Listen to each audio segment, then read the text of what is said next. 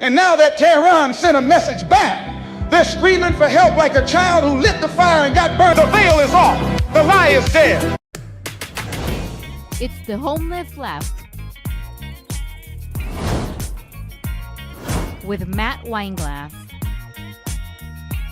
and co-host Jay Scott. Episode 116, Trump's 12th Day War. And here's your host, Matt Weinglass.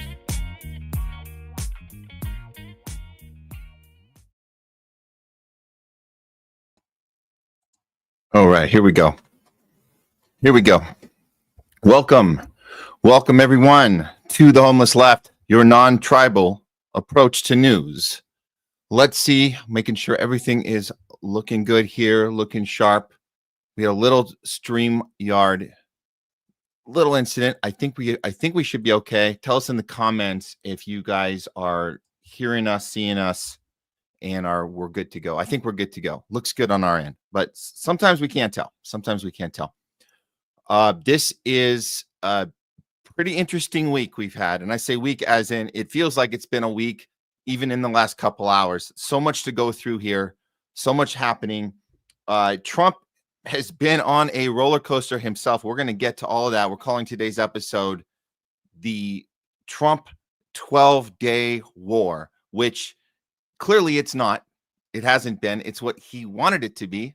He was packaging it before it was ready to be shipped out. And unfortunately for him and for a lot of MAGA supporters, it's not going to end well. We're not at the end. We're still in the middle, and we're going to walk you guys through everything that's happened in this last week, in the last 12 days, really. And we'll go through a little at a time. We'll be bringing in co-host Jay Scott to help go through some of this happenings. But even as we air the show, we know there's a good chance there'll be even another development as we're trying to go through everything. It happened to us yesterday when I was on with Fiorella doing Truthwire, and we were going through the happenings, and in real time, we were seeing responses. We were seeing Iran responding to the 3 nuclear sites that were attacked when we first were declared going into this war, when the war started. But this seems never ending. It seems ongoing, and there's really hard for a lot of people to keep up and know who to be angry at and who to point their fingers at. But again, we're going to go through this one thing at a time.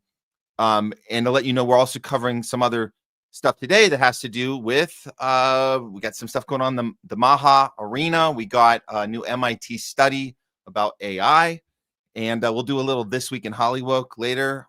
Top Gun Maverick seems to be playing out in real life, and we'll see if that's a coincidence or not. Spoiler alert, it's not a coincidence, but we'll get to that story as well. And World War III watch is just in another gear now. We're in a whole nother gear of World War III watch because it seems like we are literally living through it every minute now. Every minute. So we'll break all that down for you guys. And I want to thank everyone that's been part of what we've been doing with the Homeless Left on the Rumble channel, expanding on the Twitter channels, on my Twitter channel, Matt Weinglass, and then the new Twitter channel, the Homeless Left, our YouTube experience. You guys know that have been watching that we've had a roller coaster with YouTube, just being shut out altogether, being told we're terminated. The channel has been terminated. We don't exist as the Homeless Left anymore, but fortunately, we fought back, started from scratch, started THL Presents on YouTube. I'll spell it out for you guys in case you haven't heard or you haven't had a chance to go over there. We're going live right now on that channel, THL Presents. Still hard to find in the search engine, so you have to kind of type it all out. But the good news is we have been monetized, or at least been told we qualify for the monetization. We're finishing up the process with them. It's a little complicated, a little back and forth. We just have to get through one last stage, and then we'll have this. But I'm very nervous. We're very nervous that we're going to be red flagged. But this is what we signed up for. We signed up for this battle. This is a war. We're fighting the censorship industrial complex. We're fighting the propaganda mainstream media. We're fighting the U.S., Israel, Western imperialism war machine on a day-to-day basis. We're fighting Big Pharma. All of these companies have captured every bit of our media. The billionaire class has captured every bit of our social media. The communication is being taken over by AI, by the technocrats that are running this country, running this planet right now, and they still have us divided. So the best thing we can do is stay non-tribal. If you're new to a non-tribal mindset, welcome. Welcome to the non-tribal mindset. Doesn't it feel good to take off that weight of being in this club, whatever that you thought you're part of, and you have all these rules, all these check boxes. You got to check these boxes to get in the door. And if you raise your hand at the wrong time and ask a question, get out. They'll show you the door. You're out of here. You're obviously with the bad guys. You're obviously not with us. If you're going to challenge us, no, we're trying to challenge in a way to try to elevate the team. No, we don't need any elevation. We're perfect. We're fine. Trump's perfect. The DNC is perfect as is. Do not question either of those two things. Do not question. No, we're sick of that. We like questions. We like to challenge.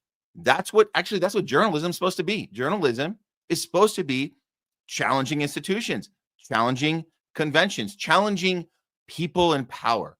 So when journalism turned upside down on itself and became the entity that protected power, we realized that journalism was dead and that we're going to have to pick it up and do it ourselves because they're propagandists now, not journalists.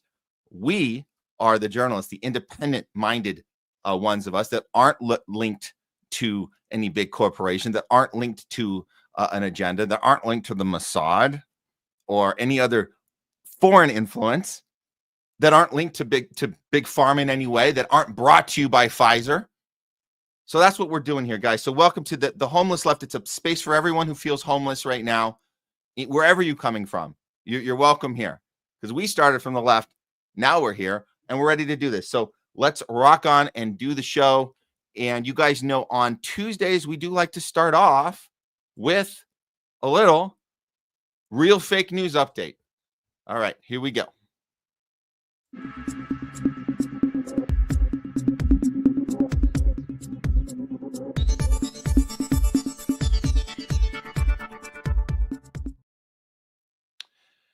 It's your real fake news update, not brought to you by Pfizer. It looks like Trump's ceasefire narrative is starting to crumble. But how are the mainstream media outlets handling this disaster? Because, again, as you guys know, the mainstream has to keep a constant back and forth, red versus blue, theater piece going at all times. So how are they responding? Well, first, let's start with Trump's tweet out. This was the big one. This is the big old congratulations to everyone. It's been fully agreed between Israel and Iran. There'll be a complete and total ceasefire in approximately 6 hours from now. This was last night when Israel and Iran have wound down and completed their completed their progress final missions for 12 hours, at which point the war will be considered ended. Officially, Iran will start the ceasefire, and upon the 12th hour, Israel will start the ceasefire, and upon the 24th hour, an official end. I like how he gets to dictate all the rules of this agreement. And spoiler alert, guys, we've never seen a ceasefire. We're just hearing about it. We'll take his word for it, I suppose, because there's no actual contract signed. There's no signatures, but no worries. We'll take your word for it. Moving on this tweet, during the ceasefire, the other side will remain peaceful, respectful, on the assumption that everything works as it should, which it will.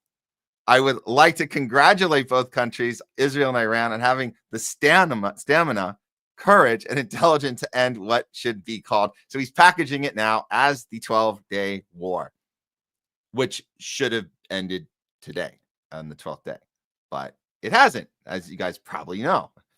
This is a war that could have gone for years. Well, it still can, Trump. It still can. And destroyed the entire Middle East, but it didn't. It never will. God bless Israel. God bless Iran. God bless the Middle East. God bless the United States of America. And God bless the world.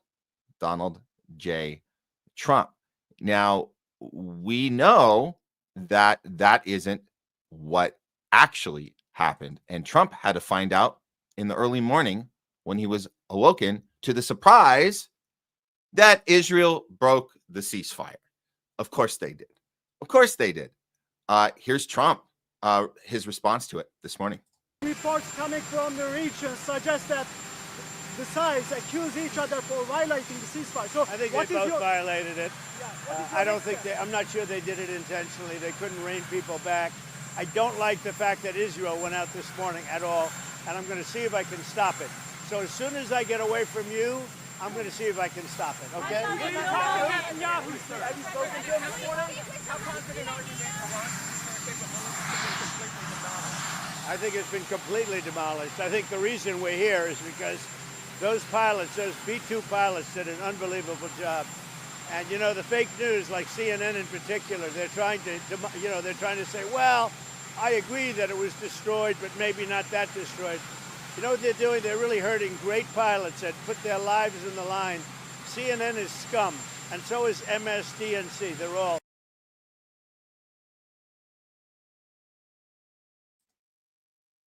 Mic's off. Sorry. Okay. He's calling them both fake news. That's his thing. He made up. Now, remember, guys, he made up the term fake news. He came up with that back in 2015. It's a great name for the news stations, fake news. But he's obsessed with the part of the theater in which CNN, MSNBC, AOC, Pelosi, all these talking heads on, as he calls MSDNC, which I think is actually pretty hilarious. He's caught up on that little part where they have to be angry about how he went about it and if he did it correctly. But make no mistake, the mainstream media, DNC, RNC, all of them, Fox News, it doesn't matter, MSNBC or MSDNC, as Trump says, they all want war. They all want war. They all want war. How many times do we have to tell you? They all want war. So he's caught up on the part of CNN saying he's doing it in not in the right way he should be doing, but he should be doing it, just not this exact way. Okay. Continue. He's going to get pissed here. If you guys haven't seen this, he's going to get really pissed. And frankly, the networks aren't much better. It's all fake news, but they should not have done that. Those pilots hit their targets. Those targets were obliterated, and the pilots should be given credit. They're not after the pilots, they're after me. They want to try and demean. You don't believe that Iran can rebuild its nuclear program? Iran will never rebuild its nuclear. From there? Absolutely not. That place is under rock. That place is demolished. The B-2 pilots did their job. They did it better than anybody could even imagine. They hit late in the evening. It was dark with no moon, and they hit that target with every one of those things, and that place is gone. But when I see CNN all night long, they're trying to say, well, maybe it wasn't really as demolished as we thought. It was demolished. You take a look at the pinpricks, and you see that place is gone. And I will say, I think CNN ought to apologize to the pilots of the B-2s. I think that MSDNC ought to apologize. I think these guys really, these networks and these cable networks are real losers. Okay, let's give you an example, because you guys have to see what he's referring to. The Pelosi's, the AOCs, they parade around all over the MSNBC, MSDNC, CNN, and they do stuff like this. And Fox even covers it so they can make fun of it. And again, make you guys think that you're getting different viewpoints when you flip back and forth from Fox to CNN. Here's AOC suggesting that we should be impeaching Trump right now. And I'll talk to you guys about that later, why that is a huge waste of time. But again, this is just the theater of we have to be angry about this. The war. And I think that the President of the United States admitting that he unilaterally brought the United States into a war without congressional approval is a very grave public admission. It is illegal. It is unconstitutional. And so for me, while the president is posting something about a ceasefire, I think what he also posted was an official acknowledgement that this was war.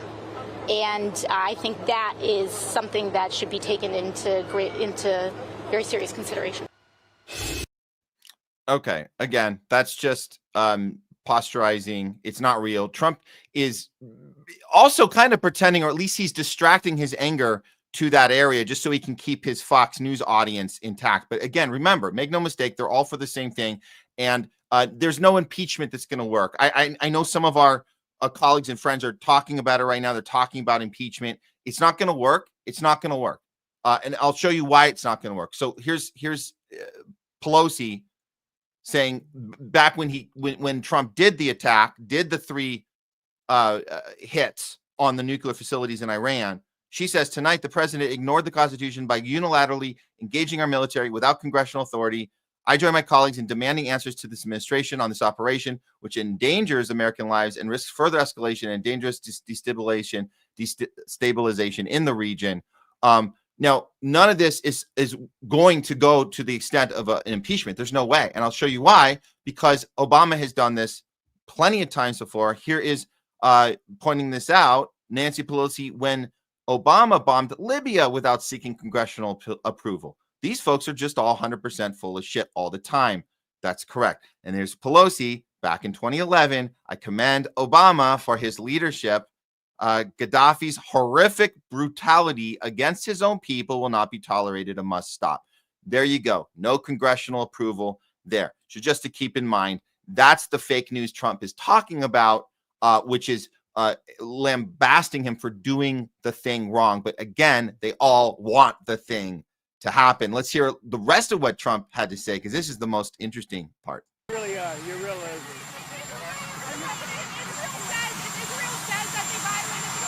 You're gutless losers. I say that to CNN because I watch it. I have no choice. I got to watch that garbage. It's all garbage. It's all fake news. But I think CNN is a gutless group of people. And the people that run it, nobody even knows it's been sold so many times. But the people that run it ought to be ashamed. MSDNC, a guy named Brian Roberts, he heads it. He's a disgrace. He's a weak, pathetic disgrace. Israel says that Iran violated the peace agreement and the ceasefire agreement. Do you believe that Iran is still committed to peace? Yeah, I do. They violated it, but Israel violated it too. Are you questioning if Israel is committed? Israel, as soon as we made the deal, they came out and they dropped a load of bombs, the likes of which I'd never seen before. The biggest load that we've seen. I'm not happy with Israel. You know, when I say, okay, now you have 12 hours, you don't go out in the first hour and just drop everything you have on them. So I'm not happy with them. I'm not happy with Iran either. But I'm really unhappy if Israel's going out this morning because of one rocket that didn't land, that was shot, perhaps by mistake, that didn't land. I'm not happy about that. You know what? We basically have two countries that have been fighting so long and so hard that they don't know what the fuck they're doing. Do you understand that? Do you have any kind of response to Iran? Wow. They don't know what the fuck they're doing. Wow. There we go. There we go. He's lost it. He's at the end. He's at the end of his rope. And we're going to get to more of that, how we got there, a little later in the show when we bring in Jay Scott. But let's just spend just a little bit more on the fake news that he refers to. Again, Trump gets the credit of coming up with that name, fake news.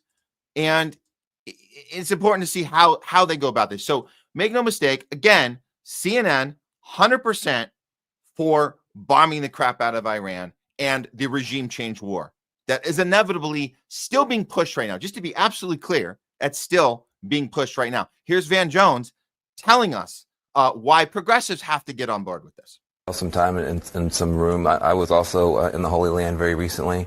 I think progressives underestimate how dangerous Iran is. Iran is not a normal country. Normal countries don't blind women because they showed some hair. They don't empower little gangs and proxies to surround a country and fire rockets and rape people. So Iran, the two things are clear. The what, they cannot have a bomb, and the why, because they say death to America, death to Israel, and death to all the Jews. One of those should offend you if you're progressives. At least one should offend you. And so the question, though, is the who and the how. Is Israel going to take out this nuclear capacity by dropping people there who blow it up? Or is America going to take it out by dropping a bomb that blows it up? But the what and the why are clear, and I think progressives should get on board with that. We cannot have a nuclear-armed Iran. I was in the region. You were in the region. This is a very dangerous power that cannot get a nuclear weapon. There you go. It's not just Van Jones. Look at Adam Schiff. He's just right in line. Right in line. Israel has a right to defend itself, and I support what Israel is doing to defend itself. I think they found this the opportune moment to go after a nuclear program that was coming closer and closer to fruition. So I support those actions, and I support the administration's actions in helping Israel defend itself. There you go. There you go. All in line, all lock and sync. And now there's one more that's very important, because it's not just them doing the giving us the verbiage needed to get the consent. This is all about manufacturing consent on all sides, while making you think that you're getting alternate viewpoints when you flip your channels. CNN goes way further than just bring on a talking head and support the regime change, but just be cautious about the way Trump's doing it, but we're going to still do it. They go even further. They send Anderson Cooper out to Tel Aviv in order to stage the most disgusting example of garnering unique sympathy for Israelis, while completely ignoring, for these last 20-something months, the plight of the Palestinians, and completely on purpose. And it is disgusting. We're going to show you a little of what they staged in Tel Aviv. Again, Trump should be complimenting this, but he won't. He won't. He'll keep you thinking that their problem is that they don't like the way he's going about things. They all want the same result. They all want the same result. You got to have sympathy for the people in Tel Aviv while ignoring Palestine. That's something they can all get on board with. By the way, while criminalizing free speech, while we speak up for the Palestinian people, it's illegal to do that. It's criminal to do that. You're going to get punished, deported, canceled, expelled, arrested, bullied. Did I leave any out? You're going to do that if you have a problem with this. So here you go. Staged event by Anderson Cooper and his gang on the ground in Tel Aviv, coming from on a live feed from a 5-star hotel. Watch how they pull this off. Obviously, Hamas and Hezbollah have been severely degraded. I should just say that we're now hearing an alert, right, which is an indication that we. Right. So these are the alerts that go out on all of our phones when you're in Israel. It's a 10-minute warning of incoming missiles or something incoming from Iran. So now the location we're in has a verbal alarm telling people to go down into bomb shelter. So we have about a 10-minute window to get down into a bomb shelter, and we'll continue to try to broadcast from that bomb shelter, and even if we can on the way down. You guys want to? Should we go down, or you want to finish this? Well, we should probably go down. We should probably go down. Let's just make sure. Do we have? Are we able to do that? All right. I think we're going to head down to the shelters. Chuck, do we have capabilities as we go down? Just checking your microphones. Be ready in a second. Okay, here we go. All right. Okay. Oh, here they go. Let's see if we can switch over. This is where they're going to take the audience. Actually working? This is how. Okay. This is the struggle of the Israelis right now. Here we go. Watch this. Okay, I think it's a life and death situation here. Make sure the mic works. If your mic doesn't work, it could be very costly. Here we go. Oh no, we got to walk through the nice room they provided us here. This is from the hotel. They're warning all the hotel guests to go down. This is the first time today that we have had an alarm like this. It's obviously something that many here in Tel Aviv have gotten used to over the last 10 or 11 days since this began. They've gotten used to it since this whole tragedy began for them. Oh my God, it's hard to get used to, but they have to be inconvenienced in their nice homes. Not to mention, I'll put this out there. Any of them traveling right now are kind of forced to extend their vacations at their 5-star resorts right now by longer than they thought they'd have to, which is also very inconvenient and very troubling on the heart and the soul and the mind. So our hearts go out to those as well who aren't coming back to Tel Aviv, extending their vacations right now. Our hearts go out to all of you as well. Okay, let's get back to the mission. Here we go. Here we There go. was one alarm shortly after, or several hours after the first strike, the strikes on Iran by the United States. This is the first one we've had. Oh, hello. This morning. How are you doing? Hey. Oh, hey. Hey, fellow struggler trying to survive. That one was funny, guys. That one was funny. Hey there. We're all in this together. Here we go. I hope you make it. If this is the last time I see you, it's like when Titanic, when Leo and what's her name? It's Rose and Jack running through, and they're seeing the kids, and you're like, they're not going to see them again. They might never see them again because the ship's sinking. That was Anderson Cooper's little attempt at, hey there. If we don't make it out, good luck to you. And oh my God, this is hero so... Jeremy Diamond. So in terms of this is the first one today, isn't it? It's the first one, not today, because 7 was the last one. I think we're all a little bit upside down. Oh, we're at 3 a.m. Yes, so it is the first. And just for reference, that's Charissa Ward, the greatest actress of all time. She should have racked up at least 3 Academy Awards by now, by all her great work in Syria. She did, pretending to smell chemicals, which were poisonous. She's still alive, by the way, but she smelled that poisonous chemicals herself right on that little backpack to tell us that Assad was murdering his own people with chemical warfare. Good thing she put her nose right to the fire and smelt it for us. She also did a staged, went back to Syria and staged a whole thing with somebody in a prison where she talked them through their story of how horrible it was to be trapped there. And thank God CNN showed up to release them, because they have that type of ability to do that. Anyways, just for reference, that's who's next to Anderson Cooper right now, telling us exactly what's happening here.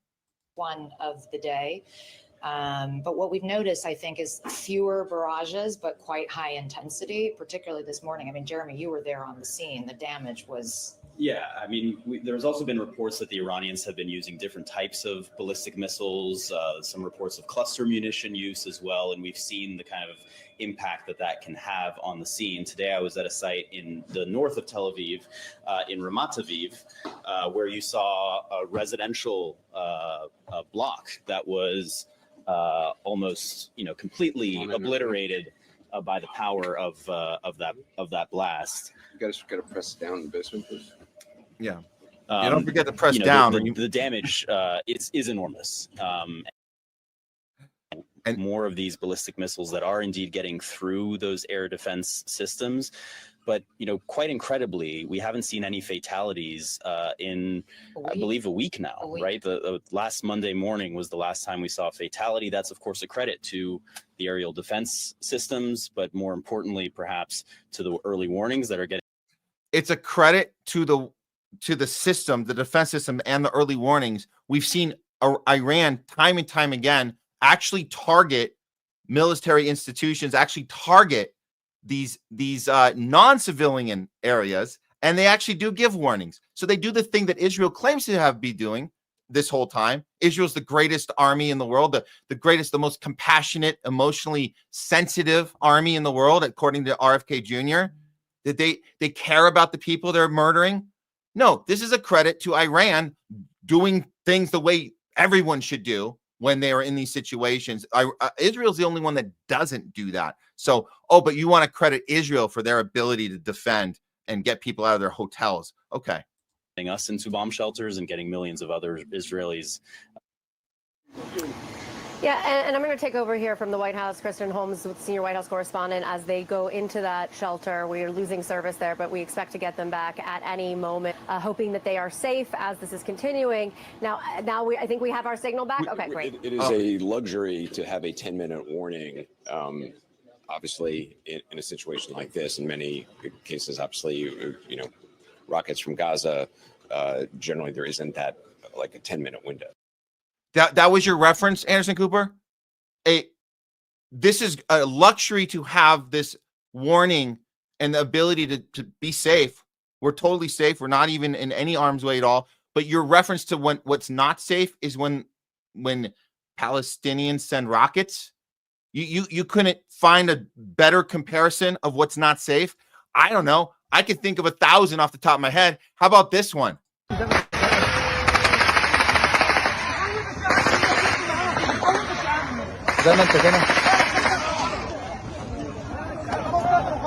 For reference, this is Palestinians going to get aid and being bait and switched on. As soon as they get the aid, they're fired upon, shot in their heads, in their backs, in their chests, in their limbs.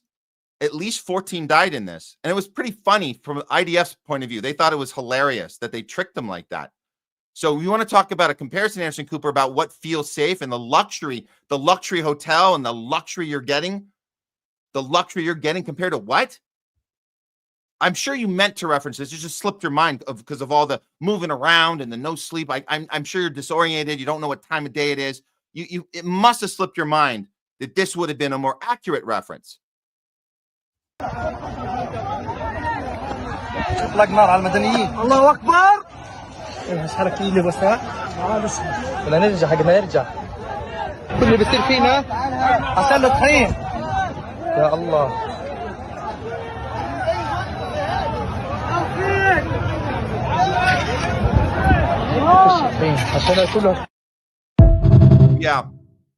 Yeah. Why don't you take your crew out there? You and Carissa, Academy Award winner Ward. Why don't you guys take your crew out there and show us what non-luxury actually looks like in a war situation? I'm sorry, a genocide situation, because they're not firing back. Iran is, and you guys, you think your job as journalists is to show us how horrible of a condition it is for the Tel Aviv community and how hard it is for them in their nice houses not being targeted, and certainly if you were to send them aid, not being shot in the head while they go pick up their food. So there you go, another example of CNN misreporting. This is what real fake news looks like, and this is another thing they will never tell you. The under 60,000 was clearly, this is the death toll in Gaza. It was clearly an underestimate. Clearly. Once they put the actual counts together, and this is according to a database in Israeli military's own data, you combine this low number of under 60,000, and they reveal that almost 400,000, at least minimally 377,000, have disappeared from the Gaza population of 2.227 million from before October 7th. So none of them are reporting on that. That's actual journalism. That's actual news. They don't want to tell you that. So just throwing that out there too. I hate that we have to keep doing their goddamn job every time for them. We have to keep doing their job. We're not getting the paychecks from Pfizer and all that, but it's irritating, but we're doing it for you guys so you guys can actually get some real news. Okay, that's enough. This has been Real Fake News Update, not brought to you by Pfizer. Okay, here we go. We have got to move on. We got a lot more show for you guys. We got a lot more show. If you guys are just joining us, thank you. You can go back and watch the live later if you missed the first part. We're going to keep going here. Here we go. I think it's time. Yeah, because we got to catch up, man. We got a lot to get through here. So luckily, thank God we got our co-host today coming in. You know him, you love him. Please welcome back to the show, Jay Scott. What's going on, Matt? How you feeling today? Good, man. Good. Man, I woke up. I was like, there is so much to kind of process here. I mean, every hour there's a new update, and we're just trying to do our best to stay on top of it. I know we've been communicating, and apologies, we're getting started late on time with you. I know we only have so much time with you, but there's so much to get through. I hope you're doing well too on your end. How are you holding up? Considering everything that's going on, I'm good, man. Trying to stay positive. On the one hand, I'm thankful that the mainstream news gives you so much content for your real, fake news update, every week, because, it's still a lot of work. Don't get me wrong, but at least they're making your job easy. You don't have to wait for too long or dig too deep to find some fake news. So that, and, I actually accepted a position as the Austin chair of the We the People National Party. So, I'll be telling you a little bit more about that. We have to get the founder, the chair, of the party onto the show to speak to him about some of the updates, but some major moves. So there is some, good news coming, amidst all the craziness over the past few days. So decentralization is the future. That's one thing I want to say. So, but yeah, we have a lot of updates to get into, but I'll be in touch with you in the back channels. We'll speak about getting the chair, the national chair of We the People Party onto the show so he can talk to us a little bit more about what his plans are, because I'm pretty excited. After speaking with him, I think there's some big things in the future coming actually for him. I mean, this is incredible news. I'm hearing this, and you guys know, watching, we're all hearing this live at the same time from Jay. We the People Party, that's incredible. This is I would love, this is incredible news. Congrats, Jay, for being in part of this movement. It sounds pretty exciting. I do want to hear more about it, and I would love to have the head chair come on and have that discussion. It sounds awesome. For sure. That's actually the first time I announced it publicly. So, that's breaking news. But I just want to make sure we bring him on so, he can speak about more of the updates he's making. He's progressing on nationally, so people can get the full picture. And it's not just about what's happening here in Texas, because there's even a lot of stuff happening in California. I think you'll be excited to hear about. So, yeah, let's get to that. But I know we have a lot of news to get through. So, let me know when you're ready. Okay.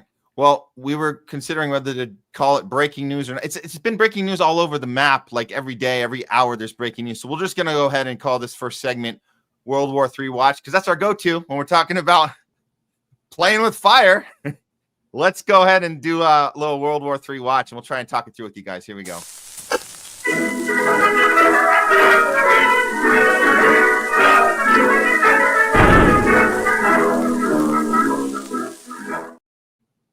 It's your World War III Watch. Let's just face it, it's already started. I'm here with co-host Jay Scott. We're going to try our best to go through with you guys all the happenings that have taken place in the last few hours. But more than that, we need to go back and kind of walk through these 12 days, as Trump called it in his tweet from yesterday on Truth Social. He called it a 12-day war. He wanted to package it and sell it that way before the 12th day was over. Well, here we are on the 12th day, and it's not over. So he might have got his team. They didn't do a good job of packaging this, but he's going to try and double down as much as he can on this. But I think we're hitting a wall with this narrative with him. And I'm not to say we feel bad for him, but hey, dude, you gave it a try.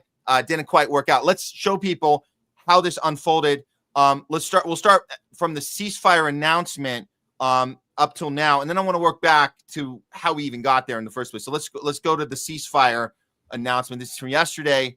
He says, congratulations to everyone. It's been fully agreed. And now, just to be clear, nothing had come out anywhere else. Nothing reported. Nothing from Israel. Nothing from Iran. Nothing from mainstream. Nothing from Fox. Nothing from nobody. This just randomly hit. And I believe I would. Yeah. What's that? Twitter diplomacy. That's what Trump does best, right? Conduct geopolitical international relations on that has global implications, implications, on Twitter, like as it pops into his head, just throw it out there. Why wait? Why wait? Just get it out there. And the keys on this is he's trying to say that we are 6 hours in, 6 more hours from now, it's going to be done. So he's preemptively telling us this thing is done in another 6 hours. Which, spoiler alert, it did not end. But he says Iran would start the ceasefire, and then on the 12th hour, Israel will start the ceasefire. On the 24th hour, an official end to the 12-day war will be saluted by the world. During each ceasefire, the other side will remain peaceful and respectful on the assumption that everything works as it should, which it will. That's, man, doubling down on the certainty. I would like to congratulate both countries. And now here he goes, giving congratulations to everyone, the stamina, courage, intelligence. And then here we go with the quotes. It's the 12-day war. This is a war that would have gone for years and destroyed the entire Middle East, but it didn't. It never will. God bless. And he says this part I think is interesting. God bless Israel. God bless Iran. God bless the Middle East. God bless the United States of America. God bless the world. He's sounding a little like little Miss Rachel there. When Miss Rachel says she wants all children to be safe and not get blown to pieces. And that's anti-Semitic to say that. So I don't know. I'm worried for his handlers might think that's a little anti-Semitic there, Jay, to God bless. Iran too? Uh-oh. God bless the. I don't know.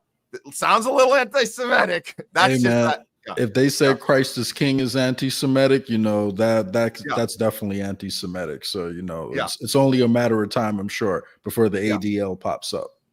Yeah, exactly. So now look, immediately Iran had said we know nothing about this, so it immediately turned this into nothing. But then fast forward, it was officially announced that they both did agree to something. So then now that set everybody off. I'm going to get into the everybody name calling and saying, aha, I told you so. We'll do that in a second, but let's just replay. I played this clip at the top of the show, but I want to this is the end of the clip. The most important part. This is where Trump loses it when he wakes up this morning, just like we all have to wake up and go, oh, okay, what did I miss while I was sleeping? Well, Trump did the same thing we all do. Gets up in the morning and says, what did I miss while I was sleeping? Well, apparently you missed Israel broke the deal immediately. And here he is. Here he is talking about it. This is good. This is good television, as Trump would say. Good television. Iran violated the peace agreement and the ceasefire agreement. Do you believe that Iran is still committed to peace? Yeah, I do. They violated it, but Israel violated it too. Are you questioning if Israel is committed? Israel, as soon as we made the deal, they came out and they dropped a load of bombs, the likes of which I've never seen before. So let's be clear. They were trying to give him cover to blame it on Iran. And I'll give him a little credit here. He sounds like he's being 100% transparent. He sounds like he's at the end of his wit, Jay. I'm telling you, when he corrects that on the live feed here and says, no, whatever about Iran, Israel literally just backstabbed me. He's telling the world this. I think it's amazing to me because he's generally, if it was another president, if it was Kamala, I'm telling you, she wouldn't have done that. She would have stayed. I don't buy it. No? Nah, I don't buy it. This is Trump's wrestling, like stuff coming out. So this is pretty much, The Rock versus Stone Cold at the moment, or like they may pretend, like they're having an argument at the moment. And, Trump supporters think, he's trying to play 5D chess to get Israel out the picture. But the truth is they're slow walking us into a deeply unpopular war. But I know there's a little bit more in the clip you wanted to play, right? Yeah, let's play where it goes further. Here we go. Biggest load that we've seen. I'm not happy with Israel. When I say, okay, now you have 12 hours, you don't go out in the first hour and just drop everything you have on them. So I'm not happy with them. I'm not happy with Iran either. But I'm really unhappy if Israel's going out this morning because of one rocket that didn't land, that was shot, perhaps by mistake, that didn't land. I'm not happy about that. You know what? We basically have two countries that have been fighting so long and so hard that they don't know what the fuck they're doing. Do you understand that? Oh, Stone Cold Stunner. That's what I see. That's what I'm, visualizing when I see Trump do that. It's a little bit of shock value. He wants everyone to think he's not in sync with Israel. So as he continues with the plan, he can paint it like he had no picture and, Israel just dragged him into it. But anyway, what do you think? Okay, this isn't one or the other. It could be a combo. It could be a little of that. But I also think that they did remember. Look, things happened so quickly. But before Israel officially broke this thing, they were trying to blame it on Iran and say Iran broke it, and they tried to run with that. And then that failed. That narrative crumbled within hours. And then what happened after that was then Israel actually did break it. And Trump, I think he had to reposition himself. And if yes, this is ultimately going to get to the goal, which was always the regime change war. That's always been the goal. We've been saying that the whole time. This has been in the works for 30 years. We're going to double down on that. We're not letting up on that. That is what is happening. So, but I am saying at the same time, he seems legitimately pissed off there. Legitimately pissed off, and he's running his mouth and he's saying things that I do not think even a drunken, hungover Kamala would have said in the same position. She would have laughed her way through it, and she wouldn't have said Israel is fucking doesn't get it. She wouldn't have done that. Here's the thing. There's two. All right. If Undertaker got in the ring one day and then opened a bottle of beer and started drinking it in the center of the ring, you'll be like, hold on. That's not his character. Like, that's Stone Cold. That's Stone Cold's character right there, right? So Trump's whole persona is loudmouth, tells it like it is. Whatever comes into his mind, he just says it. He's an actor with how many seasons of The Apprentice?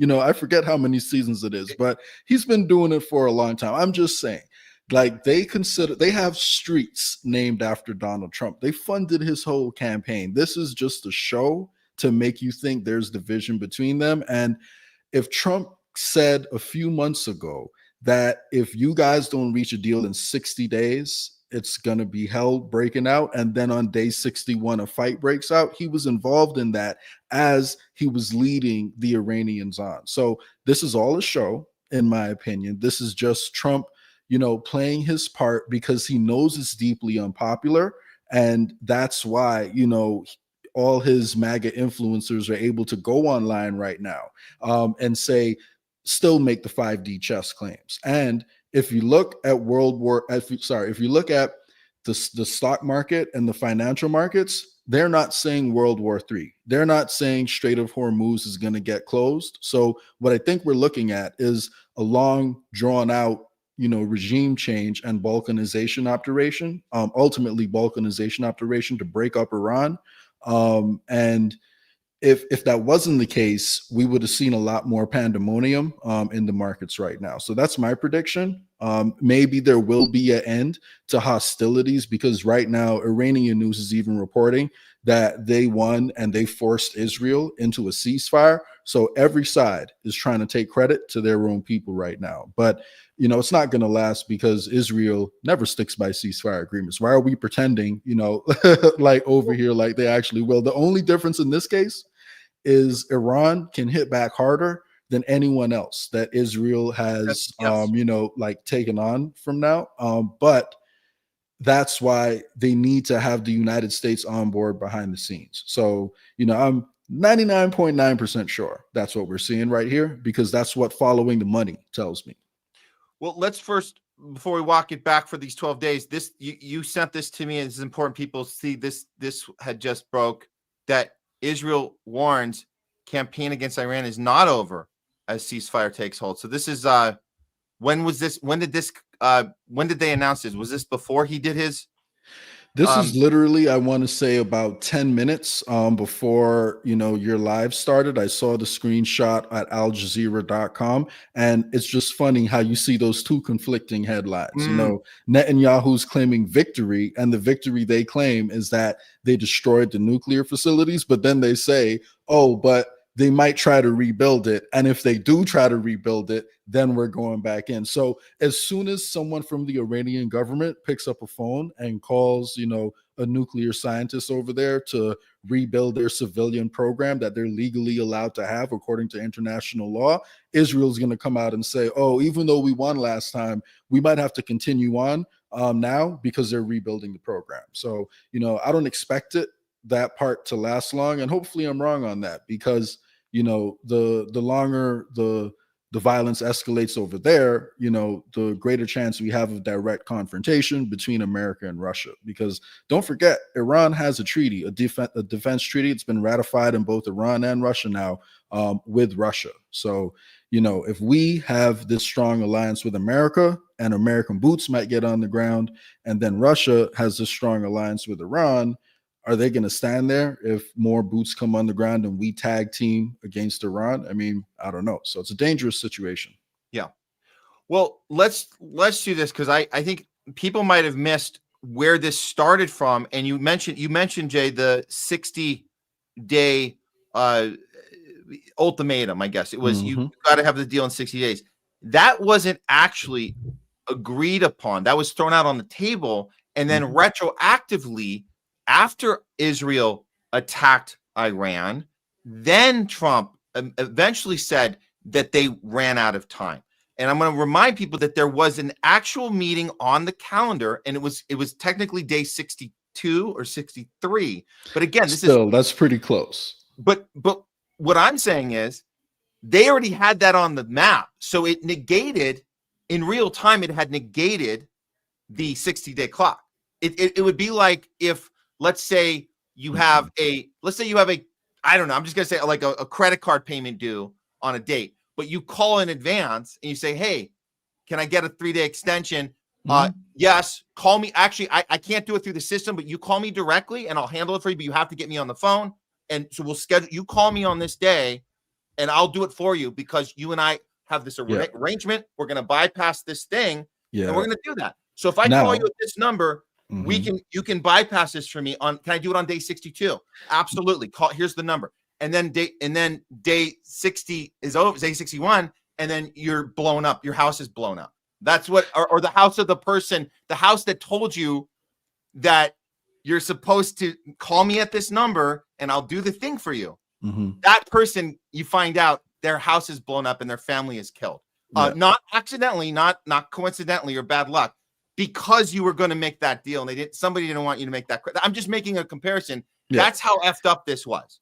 So let's tell people, because they don't know about the negotiator, the 4 negotiators that were murdered before the Sunday deal on day 62 could even happen. That's what the Israel attack was, to murder these people. Well, what I would say is not every, debt collection agency is actually, abides by the law. Some of them do have crooked practices. The American government definitely doesn't abide by international law. And, Trump wanted Iran to take the first deal that was given to them. And, essentially, implied in his original 60-day announcement that, this is an urgent issue. We're going to address it. And if it isn't done in 60 days, then you guys are going to have problems. And that's exactly what played out. So what we saw happen was a bad faith negotiator who never really intended to have a deal, set out this arbitrary, mark that it has to be done in 60 days. And, even though they were in negotiations, technically it wasn't done in 60 days. And Trump's goal isn't to have a deal with Iran. In my opinion, Trump's actual goal is regime change and balkanization so they can stop Iran from being a powerful enough country to shut down the Strait of Hormuz, a country that has a ton of natural resources, which they all have their eyes on. So if you think about it, as Trump's actual end goal being first regime change or maybe balkanization simultaneously, but ultimately balkanization, which is the breaking up of the country, then all of it makes complete sense, because he doesn't want to deal with Iran. Like, he may not want American boots on the ground, but if we can fund enough destabilization over there, because right now you have people in Iran, Kurds in Iran right now, calling for a greater Kurdistan. If you can make the ethnic minorities over there do the fighting for you and draw it out over a long period of time, like what happened in Syria with different groups battling against each other, we can pay people up. The thinking is that we can pay people on the ground to do that part for us with just a little bit of help from Israel. But the truth is, I guess what they didn't count on is how powerful Iran's actual military is, and they took more damage more quickly in in Israel than they would have liked. So that's why I think they have to adjust the plan a little bit. But the goal is not to have a treaty with Iran. The goal, like a long-lasting treaty with Iran, the goal is to keep their guard down. So we keep floating the idea out there, but we really want to change the government into one that's compliant with everything the West does. Because guess what, Matt? They nationalize their resources. What happens if all the countries that we put our bases in decide to nationalize their resources and take ownership over them instead of the American companies that own them now? So it's a bad precedent. They can't stay there. They can't, continue doing that. So. Well, look, we're mostly in agreement. However, I think you might be giving Trump a little too much credit on his even ability to maneuver through this. He's on the fact that he's not the one making the call. I want to be. He wants his legacy. I think he goes to sleep and I think dreaming of how he can solve this Rubik's Cube and get his Pulitzer Prize, or the peace. I'm sorry, his peace. Is it that or money? You think it's legacy. It's the greatest ever. It's peace president. He's actually narcissistically and over optimistically thinking he can solve something, and I think that was legitimate anger you saw in that clip. legitimate anger that these people are effing psychotic. And how do you solve this Rubik's Cube? How can you do this? So I look, regime change war is a thing he ran against. So unless you can tell me that there was a moment that he woke up on his own, not being blackmailed, not being bribed, not being forced, not being captured, is there a day he woke up and he goes, you know what? I'm going to change my entire philosophy. I don't really believe that anymore. I mean, did Barack... What day was that? Because I still believe that he thinks that he can outsmart something very advanced, very dark and sick and twisted. And the thing that's been captured, our entire system has been captured by it for decades and decades. And he thinks he can go in and do something about it. He's not making these decisions. I'm telling you, he's not. I'm not trying to give him cover. I'm not trying to, do a sympathy card for, oh, poor Trump, he's in over his head. I'm saying that it's a reveal moment that a guy with a mouth that big and that can make decisions by throwing tweets out there isn't able to make decisions. Let me just talk this you. I do not think that he knew this was going to happen. This is the negotiator. His name is Ali Shamkhani. He was the head negotiator. There were 4 of them. All 4 of them were taken out. All 4 of them were taken out. There were 4 chairs ready for him that Sunday. Okay. This Ali Shamkhani, who was the head negotiator, he played this central role of putting something together here for this deal, and he was ready to close the deal. He had an interview, a very rare interview with Richard Engel 2 weeks before he was murdered. Here's a clip from that interview. This is the guy I believe Trump wanted to go in a room and sit down with that Sunday. He no longer could do that because Israel made the call to take him out. Trump didn't make the call. Israel made the call to take him out. Here's the interview. Separate them. Here's the interview. You can't separate. We are ready. Shamkhani is one of the few people in Iran authorized to speak about the sensitive negotiations. We can definitely have better relations with the U.S. Shamkhani said that Iran is willing to commit to never having a nuclear weapon, to getting rid of its stockpiles of highly enriched uranium, to only enriching to a level needed for civilian use, and to allow inspectors in to oversee it all, in exchange for lifting all sanctions immediately. He said Iran would accept that deal tonight. And now he's murdered, along with his family, by the way. Okay? Now, when Trump heard the news, he said, we had nothing to do with that. He said, I don't know what you're talking about. And then the very next morning, he had to backstep because everybody got on his ass and said, no, you did know about this. And he goes, well, maybe I did know, but I'm not going to tell people. No, you are. We're all going to do it. We're all. So his little fake news CNN and his fake news, they all did it. They all did it. CNN, what's her name? What's that Zionist? What's that horrible Zionist chick on CNN? She gets on, she goes, I've talked to Trump. He fully knew this. He was on board the whole time. Okay. Netanyahu gets on TV immediately and says, Trump outsmart. He's so great. He outsmarted you. He did it on purpose. He pretended not to know. And now, but he actually knew. We're in this together. High five. Ted Cruz goes on with Tucker, says, we're bombing Iran. And Tucker goes, what? I thought it was Israel. Nah, man, Israel, us, whatever, man, whatever. We're all in this together.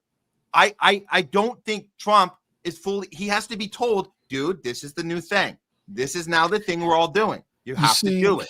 I can't do it. Yeah, you see, me personally, I can't buy that because Israel would not exist without America's unconditional backing, right? So if Israel actually did something to like sabotage America's, like, the people who run America's interests, then they could be cut off, like at the snap of a finger, if that was the case. However, what this essentially does is establish the fact that Trump, to his supporters, Trump is trying to rein in Israel. This is what, most of his supporters are saying online right now. So in order to even engage in negotiations with Iran, you have to pretend that you and Israel are not tied at the hip, because we can see what Benjamin Netanyahu, is saying. So you have to pretend there's some separation if you want to at least keep them coming to negotiations. They would have no interest in the negotiations if it was plainly obvious that whatever, Israel says, like we go along with. So if you just look at how the situation is manipulated by, how the situation is portrayed by each of their bases, it just tells me that it could be, like a plan. So that's why I have the feeling, I just think Israel took more of a pounding. So maybe that threw people off, and the timeline, had to get sped up. And yeah, because if you go actually to your WhatsApp, you'll see I had sent you a clip from the Haifa mayor. I don't think we had a chance to show that on last week's show, right? But it was the Haifa mayor who's talking about how we don't have 2 weeks, like after Trump's announcement of we'll decide in 2 weeks if we can get involved or not, the Haifa mayor, and, that's where they have a lot of the oil refineries that Iran actually hit. He said we don't have 2 weeks, and we know the interceptors are running out. But yeah, man, I think it's a mistake to separate let's bring that up. Netanyahu from Trump. I think they're both the same. Let's bring it up. I have it right here. This is the mayor you're speaking of. Let's hear this one. There's diplomacy going on in Geneva right now with the Iranian foreign minister, some European foreign ministers. President Trump right now has said he's going to wait 2 weeks before he makes a decision what to happen next. What are you hoping for from these different diplomatic pieces? Peace, that the peace treaty will come out of it. And President Trump waiting 2 weeks to make a decision. What do you think about that? It's too much. Why? Because we have no time. You see what's going in the middle time. There's more destruction. They have to sit now and negotiate and design a treaty. It's not a big deal, and do it. In your understanding, President Trump's analysis of what's going on is giving time for diplomacy, it appears. Are you happy with what you hear from him? Because one day it seems to be he's leaning towards the military action, another day seems to be leaning towards diplomacy. What's your sense? A fixed answer I can't get from Trump. And this bothers me. Why? Because I like stability. So yeah, as you guys can see, they're taking a pounding over there. This isn't even counting, the number of interceptor missiles that have been launched, because what Iran is doing is essentially overwhelming their Iron Dome system, because each of their missiles cost a few $1,000s, and to shoot them down, it costs us like over $1 million. So if they build a lot of cheap missiles and just fire them off at Israel, then, it keeps the interceptor, missiles busy, while the actual ballistic missiles kind of sneak in and take out the targets that they're going for. So Iran has a really good strategy. They've been preparing for this moment, honestly, for decades, and they have a really big local industrial base where they can actually make their own weapons. So there's no way Israel would think that it would be able to take on Iran and defeat Iran alone.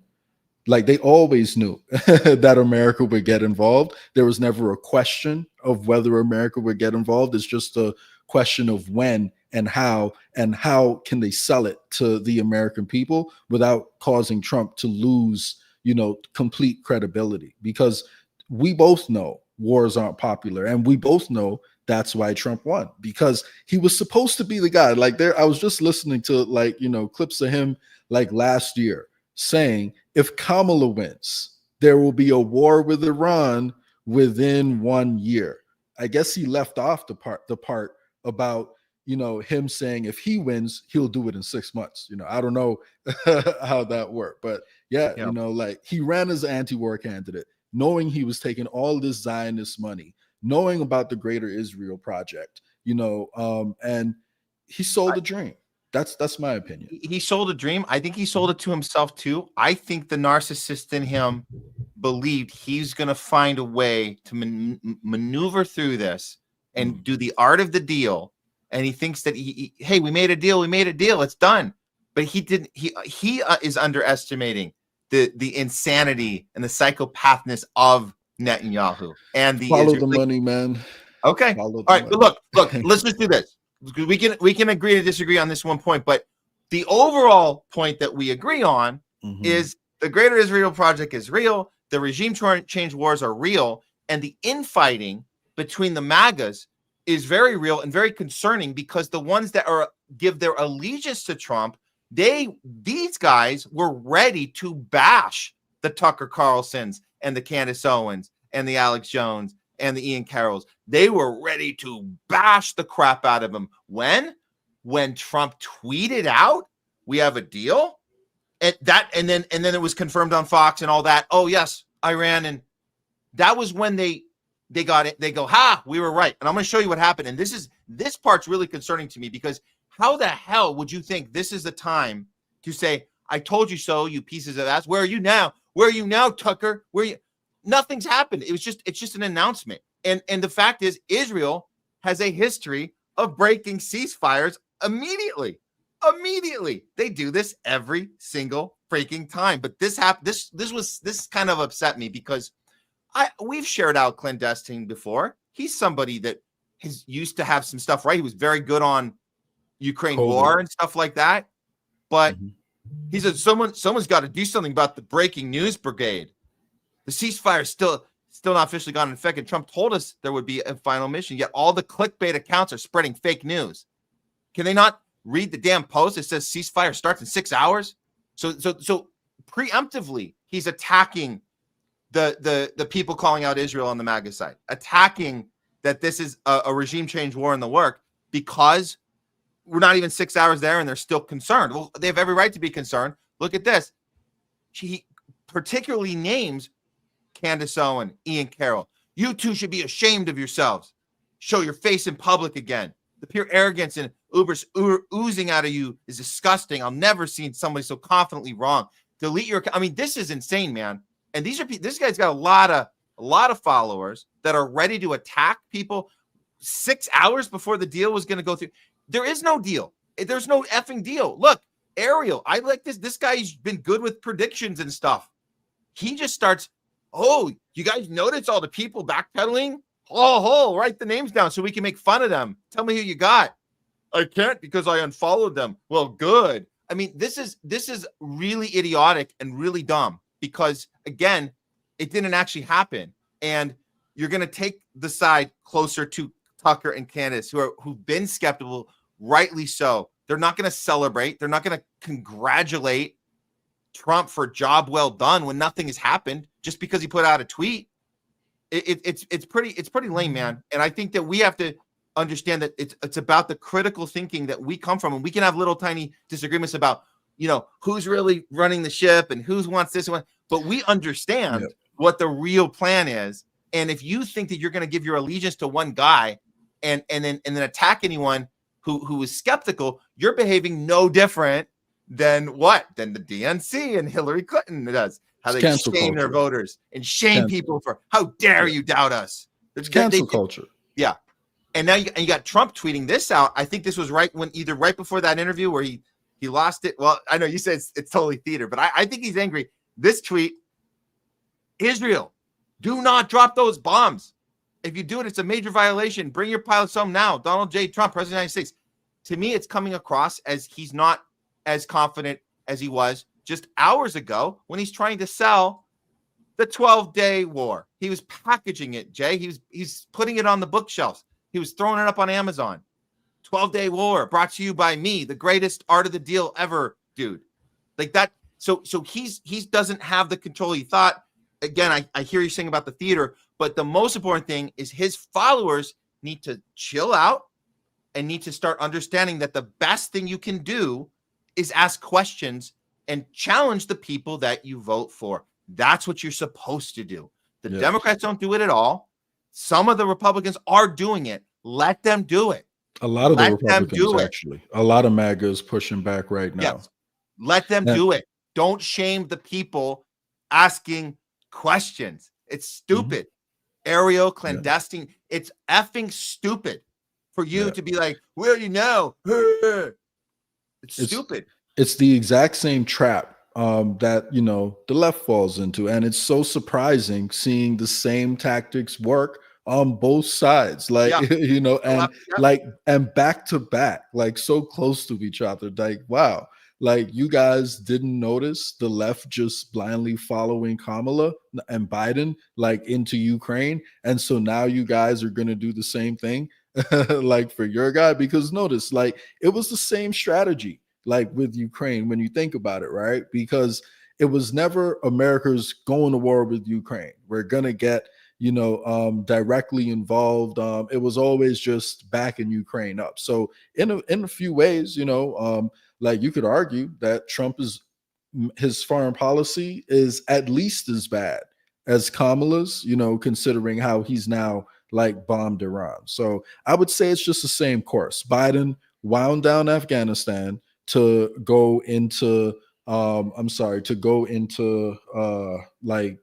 Ukraine, and now Trump is winding down Ukraine to go into Israel. But he's taken an even more direct role than we took in Ukraine. So, you know, that's something to think about. Yeah. Well, look, let's finish this up with the thing you this segment. Let's finish this up with the map you sent me. So I want you to explain this to our viewers, what this, because you indicated this before. Is this a feasible plan, or that they're going for? It's not feasible, but you think this is what they're actually going for. Obviously, it's not feasible. This doesn't make any sense at all. This is actually what they're trying to do. No, I don't think it's what they actually want to do. I don't think it's feasible. I think that they're telling this to people in those places, that this is what we're going for, to get those people to act in a way that benefits them. So do I think the Greater Israel Project is possible? Absolutely not. Like, if you look at the number of people who are in the areas right now that the Greater Israel Project is supposed to be in, and you look at the number of Jews in existence and the fact that Judaism doesn't even encourage people to convert like other religions, there's no way that the number of Jews on this earth can take up a land as big as, you know, as the Greater Israel Project. And while there is an ethnic group called the Kurds that's in several different countries, they don't have nearly the numbers also to support a piece of land that big. But if you tell both of these groups that, yeah, we're going to build this for you guys if you just push back against the current regime, then they will be motivated to do the dirty work of the West without the West having to get as involved. So, you know, if you go look up, you know, the influence of the Kurds there in Turkey, you know, they've had big issues actually with the government of Turkey. Same thing in Syria. They had big issues with the government over there. And in Iran, they haven't been as active, but they are, you know, located in Iran too. So, you know, this is the level of evil that the people controlling the world like operate under. They don't mind selling this dream to people and causing millions to die all over the world. And you know who tweeted out this map? Who? A guy, like an Israeli Zionist, who was talking about why they need to support the Kurds over in Syria and in Turkey. And that's one of the reasons why Israel and Turkey don't have the greatest of relations, because even though, you know, they both play buddy, you know, with the West, they don't see eye to eye like on this issue. So that, and of course the fact that there's a lot of Muslims in Turkey, and, you know, Muslims in general don't appreciate what's happening in Palestine. So, you know, it's a sad situation that this many people are being manipulated. But the truth is, if you get the people to believe that this can happen, even if it doesn't happen, what you're going to do is cause them to go fight their government and destabilize their countries. And then, you know, it gives other people an excuse to come in and say, well, let America come in and stabilize the situation, you know, between these two different groups that are battling each other. Don't worry, we'll protect you guys. We'll keep the peace. So that's what I think the ultimate goal is. It can work too. You look at that and go, oh, this looks legitimate. These are the people trying to hold on to that adage that we just have to protect the intent, the original good intention of Greater Israel. There was a good intention behind it. If we only it's not, there's never a good intention. It was always about domination, complete annihilation. I've heard this argument too. We had Alex Stranger. We had a great discussion. Him and Pasta. You guys should go check it out. Full interview is up on our Rumble and YouTube right now. Alex Stranger. But this came up and it was like we talked about Greater Israel Project. And he goes, that doesn't make sense. The Greater Israel Project, I get it, but it doesn't make sense because there's not enough Jews in the world to take up all that land. And it's like, I don't think you know how power works and getting territory and land works. But they believe it. There are Zionists on TV in Israel, who talk about how they're going to do it. They presented a plan at the UN, like showing the Greater Israel Project. So the level of evil is insane. But if the goal is to control resources and destabilize governments, then we don't need Israel to do that much more than what they're already doing because they're going to fund insurgencies. Yeah. And for those who still think that, if only I voted for Kamala, or if only my friends that I don't talk to ever again because they voted for Trump, maybe they're realizing they should have voted for Kamala and none of this would have happened. They should be shamed right now for not even thinking that there should be no. For all of you thinking that, watch this. Foreign policy. Which foreign country do you consider to be our greatest adversary? I think there's an obvious one in mind, which is Iran. Iran has American blood on their hands, okay? This attack on Israel, 200 ballistic missiles.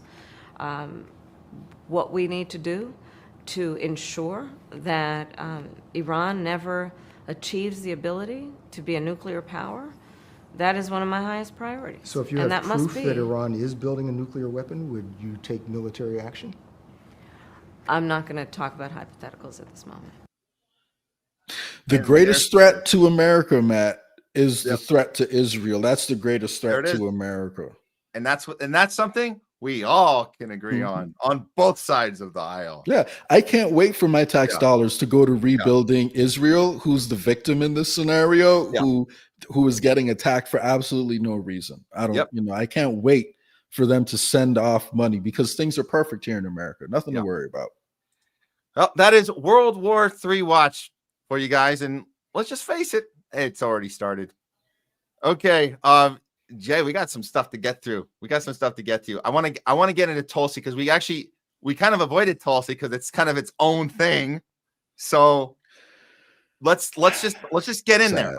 We're gonna get so people understand.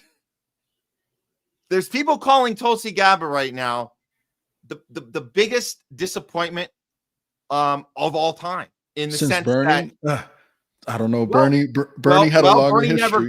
Bernie never got into the position that he fought for. That's true. Tulsi did. And that's where we're saying the biggest disappointment because you got the people that were pissed off at the Democrats over to Trump. You helped bring them over and made them feel comfortable voting for someone Kennedy. That you didn't have to be a MAGA, a self-identifying MAGA to vote for him because it was a coalition of people that were fed up with and so let's start with who Tulsi Gabbard used to be. This is what she used to tweet out back in 2019, 2020, and she actually ran for president back in 2010. We're going to get to that. She had a very big moment for herself on that Democratic stage. What? Tulsi Gabbard was a Democrat? Oh yeah, she was a Democrat, all right. Here's her critique of then President Trump back in 2019. Trump says he doesn't want war with Iran, but that's exactly what he wants because that's exactly what Saudi Arabia, Netanyahu, Al-Qaeda, Bolton, Haley, and other neolibs want. That's what he put first, not America.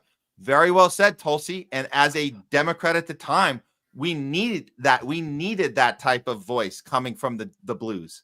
Very cool that she did that back then. She even goes on in 2020, in April 2020, she goes on to tell us how effed up it was that you have this Graham and Bolton cheering on war against Iran, this regime change war. This is what she ran this, and this was her campaign. She ran on this campaign on the DNC stage, trying to get the nominee that time around.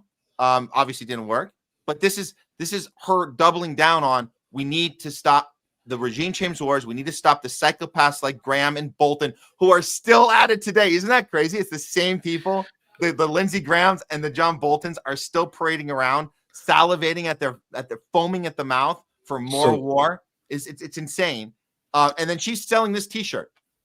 Some people are asking on Twitter, is this T-shirt still available at Tulsi Gabbard's website? No War with Iran. Hard to tell if she'd still be selling it right now. She might actually make some money if people would go and just to buy it to spite her right now. She should still have it for sale. And really quick, that actually adds to my argument. If Tulsi knew this back in Trump's last term, do we think that Trump had some form of revelation over the past few years and he was like, you know what? Even though I know all these bad things about Israel and my mentor was Roy Cohn, who's been working with, the Zionist deep state for decades, I've had a change of heart now. And now I actually want to use all my knowledge to play 5D chess. Me personally, I don't see it. But Tulsi knew it back then. We all knew it back then. And that's why I truly believe that Trump took it easy, because it is true. In Trump's first term, he was less of a warmonger than both Obama before him and Biden after him. However, he set up the expectations, because guess what? Obama didn't start any new wars in his first term either. And then Libya happened. So now we're in Trump's second term. So this really could have, I think it was the long play. And I don't think Trump had a change of heart. I think that Trump who Tulsi was calling out before she, switched over to the dark side, I think that's the Trump that we still have today. And he's probably maybe a little bit smarter now because he has some experience and he has people like Tulsi and RFK around him to act as sheepdogs. But I will say, I do see a couple positive signs from RFK, but definitely Tulsi. This is the equivalent of RFK coming out and saying, you know what? COVID vaccines are safe and effective. Like what Tulsi did is the equivalent of RFK doing that. And RFK hasn't gone that far yet. So yeah. Well, let's be clear on what she did. This is the greatest flip we've ever seen. Yeah. We had this be released in March. This was literally in March, as she's up for the DNI, that's the Director of National Intelligence, and she's telling us that they're continuing to assess that Iran is not building a nuclear weapon, and Supreme Leader Soleimani has not authorized the nuclear weapons program that he suspended in 2003.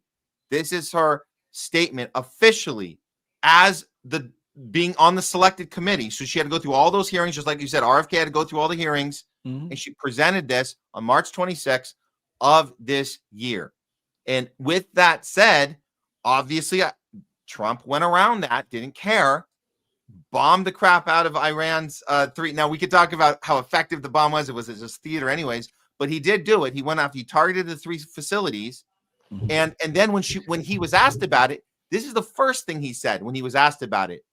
How close do you personally think that they were to getting one? Because Tulsi Gabbard testified in March that the intelligence community said Iran wasn't building a nuclear weapon. I don't care what she said. I think they were very close to having it. I don't care what she said. So all of this about Director of National Intelligence has to go through all these weeks and weeks of hearings, get the right person. She has to say the right thing. She was firm about Iran not having nuclear weapons. She gets the position. And now when push comes to shove, I don't care, because I'm going to go with feelings over facts. And that is the narrative for war on terror, which we know that playbook with Bush and Cheney.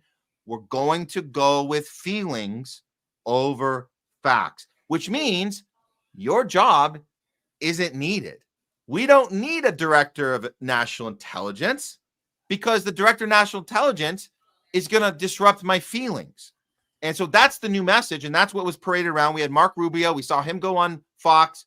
I won't play that clip right now, but it's Mark Rubio doubling down, very angry, saying, we don't listen. We just know. We just know. We don't care what she says.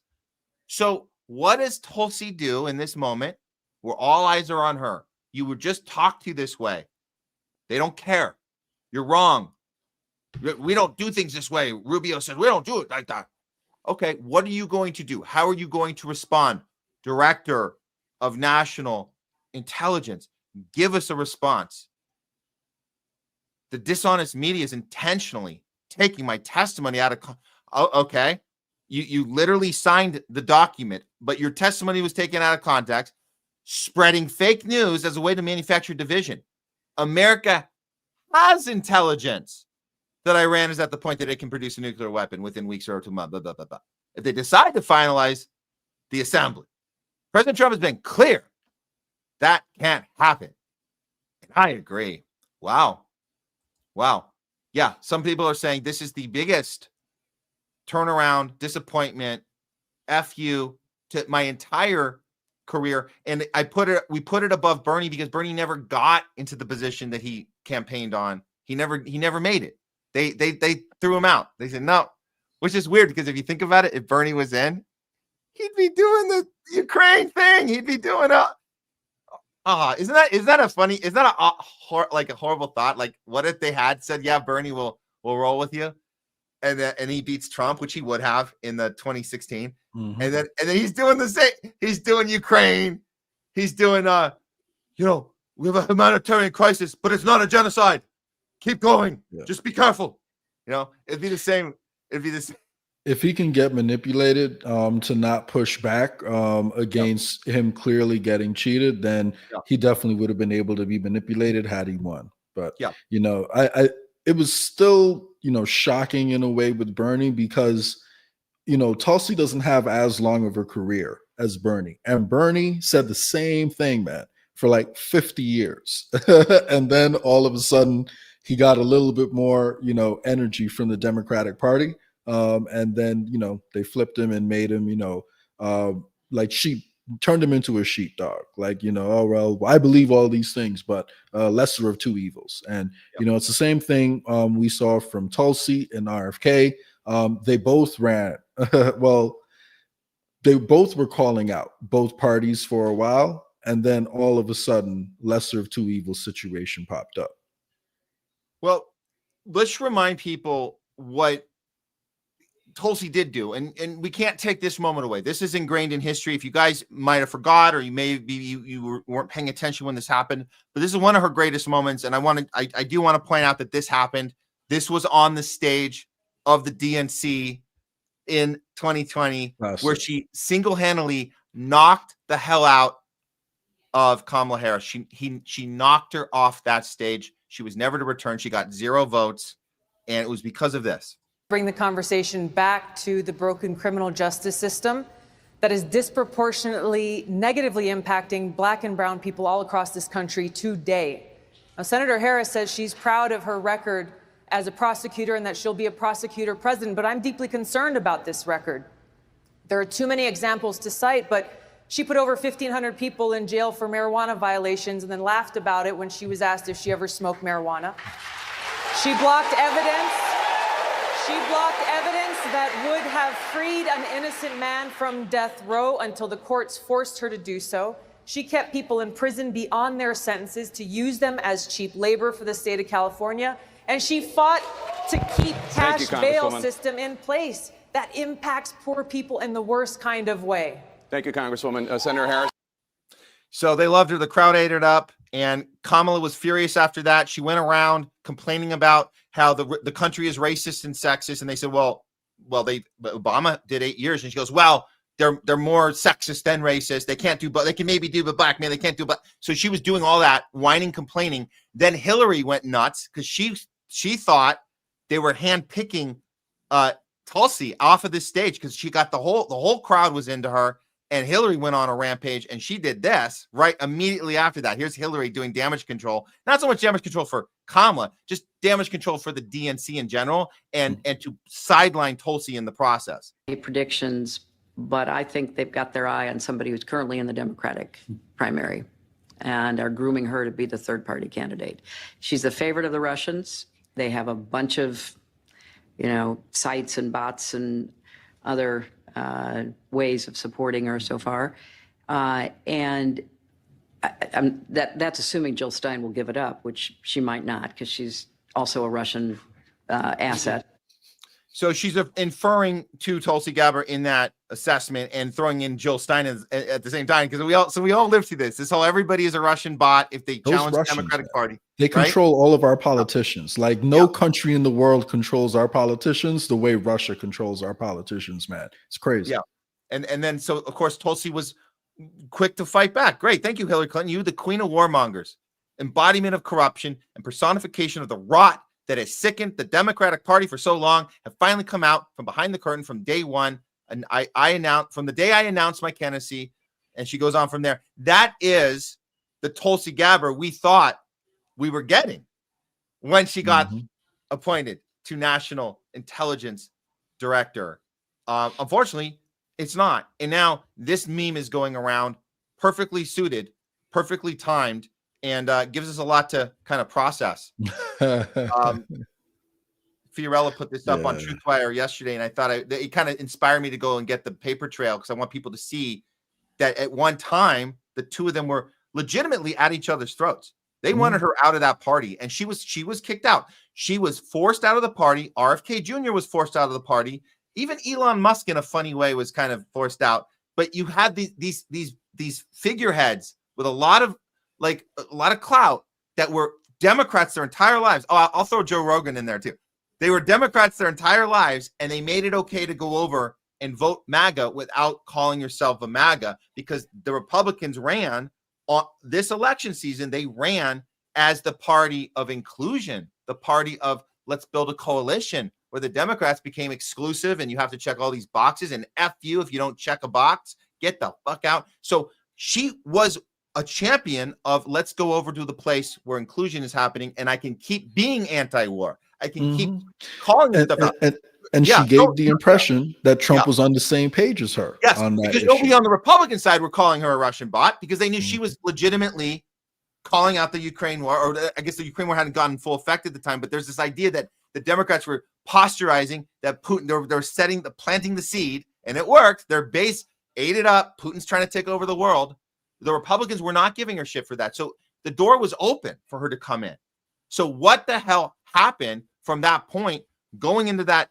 Just in March, man. She's in there saying, here I am. I'll say what I have to say to get in, but you know my deal. You know I'm against regime change wars. I might be a Zionist, but I guess that's it, man. I hate to keep going back to Zionism, but is that it? Is it once you're a Zionist, you can't be? What is this? I just don't understand. That's the one, because that's the one thing, right? That's the one thing. So I think, it's really about maintaining the presence in the Middle East, because, I know there's a lot of debate whether America is Israel's proxy or Israel is America's proxy, and, who's really wagging the tail in this situation. And to be honest, it's something, the truth is, I just believe they're controlled, we're both controlled by forces that are beyond us. And Zionism is the tool to take over that part in the Middle East. So, that's what the evidence points towards for me. So, yeah. Well, I guess the coalition is failing. They're it's the Elon's out. I think Tulsi's on her way out. I think RFK Jr. is just doing a much better job at hanging on and just going for the breadcrumbs. But at some point, I think that there's going to be a exclamation point over Trump's name on this campaign that it was a bait and switch. It was not the coalition and the anti-war movement. As much as they want to pretend it is, all the people that got him elected are on their way out. But Tulsi, I don't know. She can't even go out with integrity. That's the only thing. Because I think she's done. I don't think she's going to be useful anymore, Jay. But did she really have to turn on herself like that on the way out? I wish she would have had some integrity there. But that's my guess. I think she's on her way out, and she's not going to have any fans when this is over for her. Yeah, especially because she betrayed like the core issue, like that she went over there for. Like I said, both RFK and Tulsi are, disappointments to different extents, but you know, RFK's core issue was during his campaign was trying to get the country healthy. And while he's not perfect, which we're about to get into, there has been at least some better signs, you know, like coming from the HHS than we are in the foreign policy department. And, you know, it's Tulsi's main thing. It would be like if Kennedy said the COVID shots are safe and effective. So I agree, you know, it's hard to come back from a 180 that hard, at least not with your core base. Maybe the establishment could embrace her and give her a push now because, you know, she's fully in line, but her core base that got her to where she is, you know, it's hard for me to expect anything good out from her at this point. So hopefully we're wrong. Hopefully we're wrong. Okay. Do you have time for one more segment we're going to do, or do you want to? Yeah, we have time. I can squeeze it in. Yeah. Okay, let's do the MIT because this is okay. So we saw this study come out from MIT. The discovery is not so shocking, but I guess this was inevitable, and I think it's important we go through this. This MIT study, it's finding that AI usage can cause brain rot. And there's a lot of different news outlets that are digging into this, showing the study, a different analysis, and everybody's coming to the same conclusion here. So let's just take this one from the conversation. So they're looking at ChatGPT because that's the one I think that first kind of took control of people's, like, the idea that you had this entity that was going to do stuff for you. It was I think ChatGPT was the first one that said, hey, get on board with us with this program and you don't have to do as much work. You're going to be faster, you're more efficient. Well, based on the study at MIT, they're saying it can rot your brain. And the truth is actually a little more complicated. Since ChatGPT appeared almost 3 years ago, the impact of AI technologies on learning has been widely debated. Are they handy tools for personalized education or gateways to academic dishonesty? Most importantly, there's been concern that using AI will lead to a widespread dumbing down or decline in the ability to think critically. If students use AI tools too early, the argument goes they may not develop basic skills for critical thinking and problem solving. As you guys know, these are very important skills we need to have to do what we're doing here. So that's a very, very troubling to hear. Is that really the case? Well, according to a recent study by scientists from MIT, it appears so.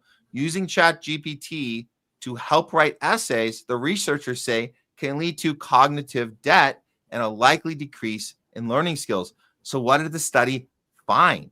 Well, over the course of 4 months, the team asked 54 adults to write a series of 3 essays using AI, the ChatGPT, a search engine, or their own brains. So you had 2 groups, the chat group and the brain-only group.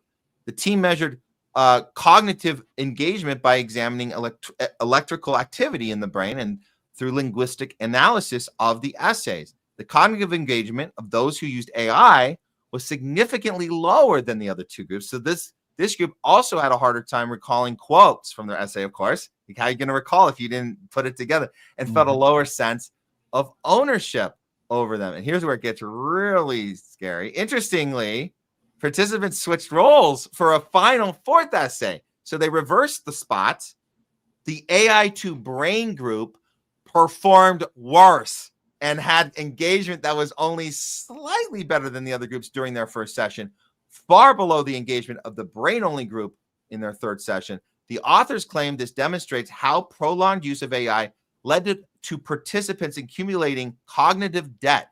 When they finally had the opportunity to use their brains, they were unable to replicate the engagement or perform as well as the other groups who didn't use the AI tool. Jay, this is we kind of expected this, but did you think it'd be this bad as far as their breakdown here that we're reading about? No, I didn't realize it impacted people that quickly. But I guess I'm not surprised because even if you go back to something as, simple as remembering phone numbers, we lost that skill. Like after, in a period of, I guess, maybe 5-10 years, it couldn't have been longer than that since phone books came out that people just, stopped remembering numbers. So I'm sorry, since, we could store our contacts on our cell phones. But yeah, it's scary, especially given the fact that Trump just passed a national law, or he wants to pass a national law on the big, beautiful bill, preventing any form of regulation of AI, and it's not an issue, I think, that people are talking about enough. And if the AI conversation focuses only on the possible benefits of it, and we don't talk about, these potential drawbacks, then it's possible. And unfortunately, it seems there's a growing chance that the good done by AI will not outweigh the bad that could come from it. Because if we don't have cognitive thinking skills to put together the fact that, in elementary school, I was told about a concept called natural immunity. And this concept means that if you catch a disease, you're protected from it and you're less likely to get sick, like if you've already caught the disease. And now someone is telling me that this thing I learned about when I was a child no longer exists. If I can't put those two things together because I lack cognitive function, then I'm more likely not to question like anything that's presented to me, as a solution to make up for this natural immunity, which no longer exists. So, the implications are, are potentially devastating. And, this is why we need to talk about, the education system and the fact that there's such a huge difference in funding depending on what district you go to. Because if we start hearing the line that AI is going to save us costs on teaching, and, we have to send all our money to this war in Israel, so we can't afford to pay teachers, but don't worry, this AI is going to do it. That's going to mean the schools in poor districts are going to have AI bots to teach them, while physical schools, while schools in rich districts get physical teachers, to stand there and engage with them and talk with them. So, it's a tool that can be beneficial, but if we're not talking about how to use this tool and the potential negative impacts of it, then I can see it honestly being devastating. Because, I wouldn't want to go pick up a map. Like if I was going on vacation, like when I go on vacation, I use my GPS because I can figure it out in real time. But then that means I don't really know the country, and know the streets the way I would if I was learning it on a map. And, that could happen for logic and reasoning. Like if we aren't talking about the possible consequences of AI, because it's just a cheat code of getting to the end goal. We have a question and we're no longer figuring out the logical steps on how to answer this question. We're just going to AI and we're not even questioning, what's coming out of it, at least some people. And, the amount of things it can do is actually crazy because, a few months back, I had gotten into an argument, with my girlfriend, and I apologized to her. And then after the argument, I said, you know what? Let me go punch this situation into AI and see what AI would have me do in this situation after I'd already did it. And AI told me the exact same thing that I actually did. So, it's funny, but, some people may become over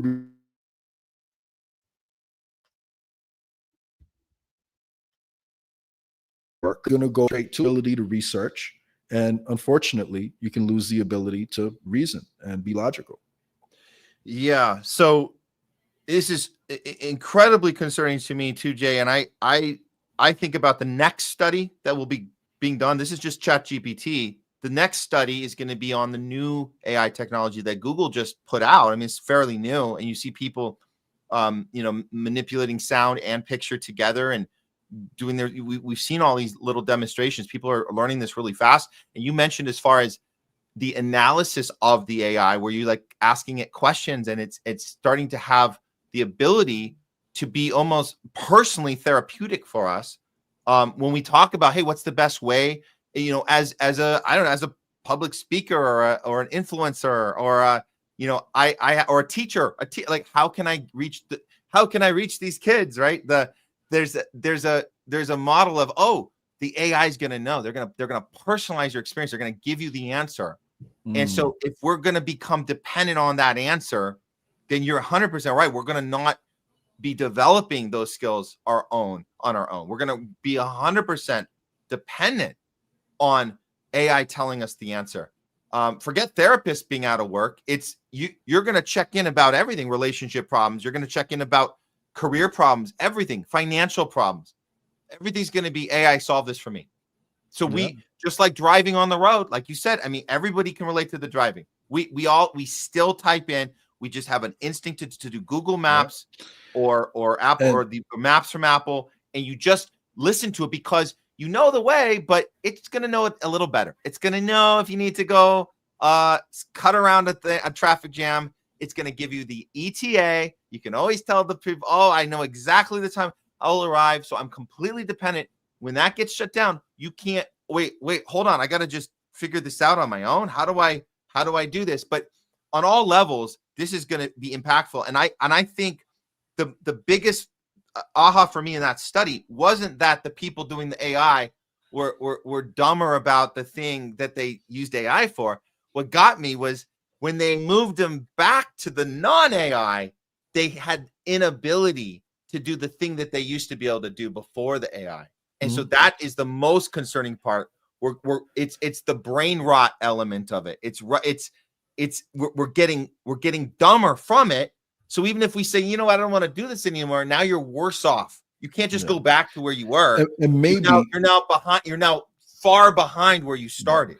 And maybe you could bounce back after you put in like a couple more months, maybe. But you know, maybe also the older you are, the harder it is, you know, to bounce back too. So, you know, there's a lot of potential, you know, consequences. And to be honest with you, it scares me the most with the next generation, because a large percentage of them, from what I understand, you know, have been, you know, getting caught, like using it and cheating on tests. And now they're having to implement rules in schools that prevent people from doing it. So, you know, it's not an issue that we're talking about the consequences, you know, of enough. Like you see people, you know, sounding the alarm on, you know, online a little bit, but it hasn't really like, you know, sunk into like everyday conversations as much, in my opinion. So yeah. Well, I have a little tidbit story to tell that this just happened, and it's interesting how this went down. So you guys, we never covered this story, but I think you guys all heard about the breach of the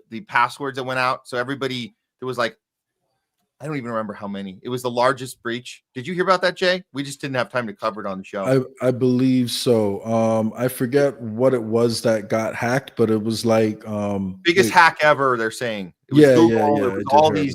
So they're telling everybody change your passwords on everything. So we weren't able to cover it. It wasn't really a top censored news because it was everywhere. And then we just kind of missed the story. But if you guys missed the story, biggest hack happened. This is probably AI related. They're able to do this and get this information more than we've ever been. So it's being used against people. So everybody's scared. Everybody's petrified. They're getting these messages from all their little news outlets. Everybody's covering it, right? CNN, all of it, MSM, they're all doing it. And I have a friend here in Hollywood who said, I'm going to come to the rescue. I'm going to help people, because he's like kind of a tech guy. And he goes, you know what? And he showed me, he's like, hey, Matt, check this out. Because he has all these different people that, you know, he does their tech, and they're older, and they get scared when this happens. He goes, I did something. I just used an AI. Check this out. It's my voice. And he sent it to me. He goes, does this sound like me? I'm explaining to people what they can do to reset their password. And it's AI doing it. I go, dude, that does sound like you. It's kind of missing a human connection, but I think it's because you're not. You still need to work on it. It's weird, but okay, good. It's good enough, right? Like they'll be comfortable hearing it if I send this to them. And I said to him, did it cross your mind that you're trying to help people who are petrified about an AI hack that happened. And the way you calm them down is you send them an AI of your voice telling them it's going to be okay without a human connection, but just follow the steps. Do you think there's at least some irony into that? Yeah. And I think he heard me. I think I goes, yeah, I didn't think of that. I go, so what are we doing? What are we doing here? I thought that was an interesting. Yeah, that's sad, man. That people, don't realize the importance of actual like interaction. And we haven't even spoken about the next level of this, but I'm sure you've seen, news about sex robots being built. And when you put this technology into it, like one people don't realize is one thing most people realize relationships are hard work.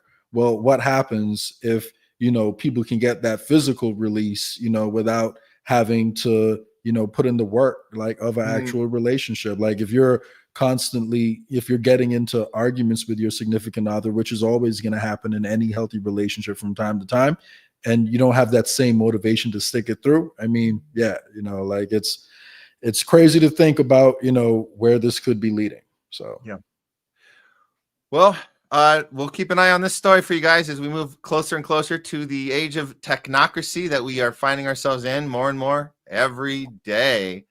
Yeah. Jay Scott, thanks for putting in some extra time with us today. A lot to go through here. Any last final thoughts of what we covered today, or anything else you want to say? Yeah, just I'm sorry. Do you remember the name of the protester who was arrested by the Trump administration from Columbia University? Muhammad Khalil. Yes, Khalil.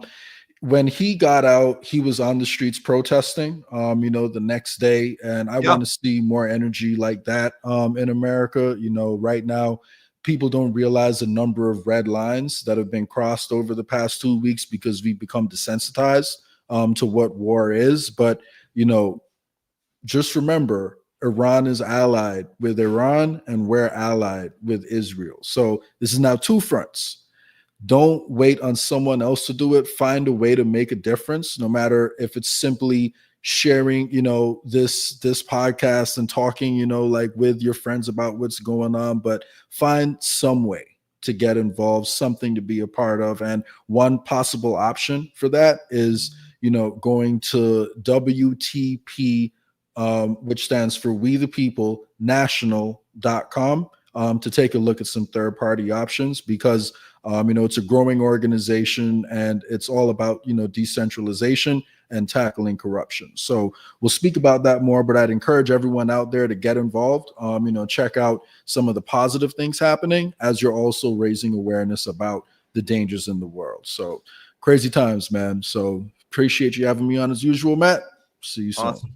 Thanks, Jay. Follow Jay on Twitter, JS Ascension. We'll see you next week, Jay. Thanks so much. Later. Thank you.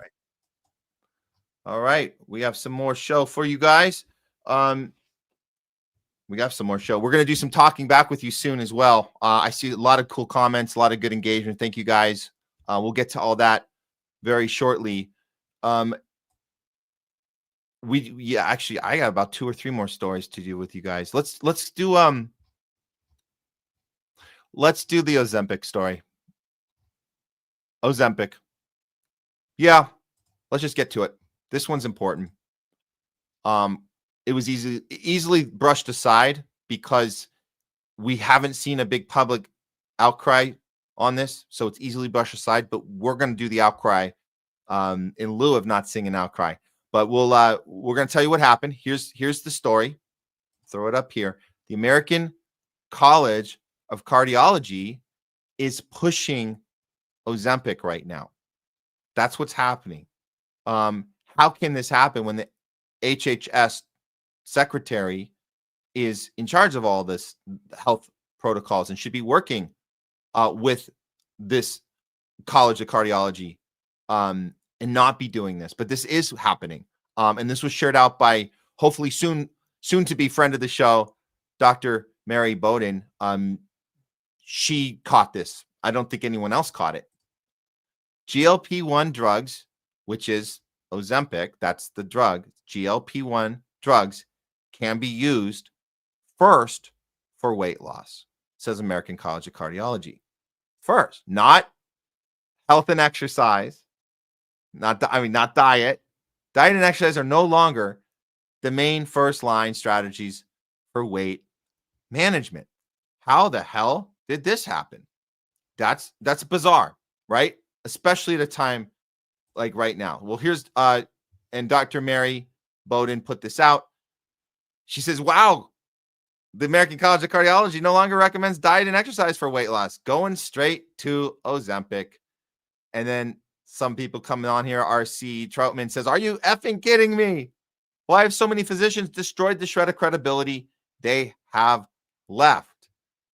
Bruce Williamson, I took Ozempic for 6 months.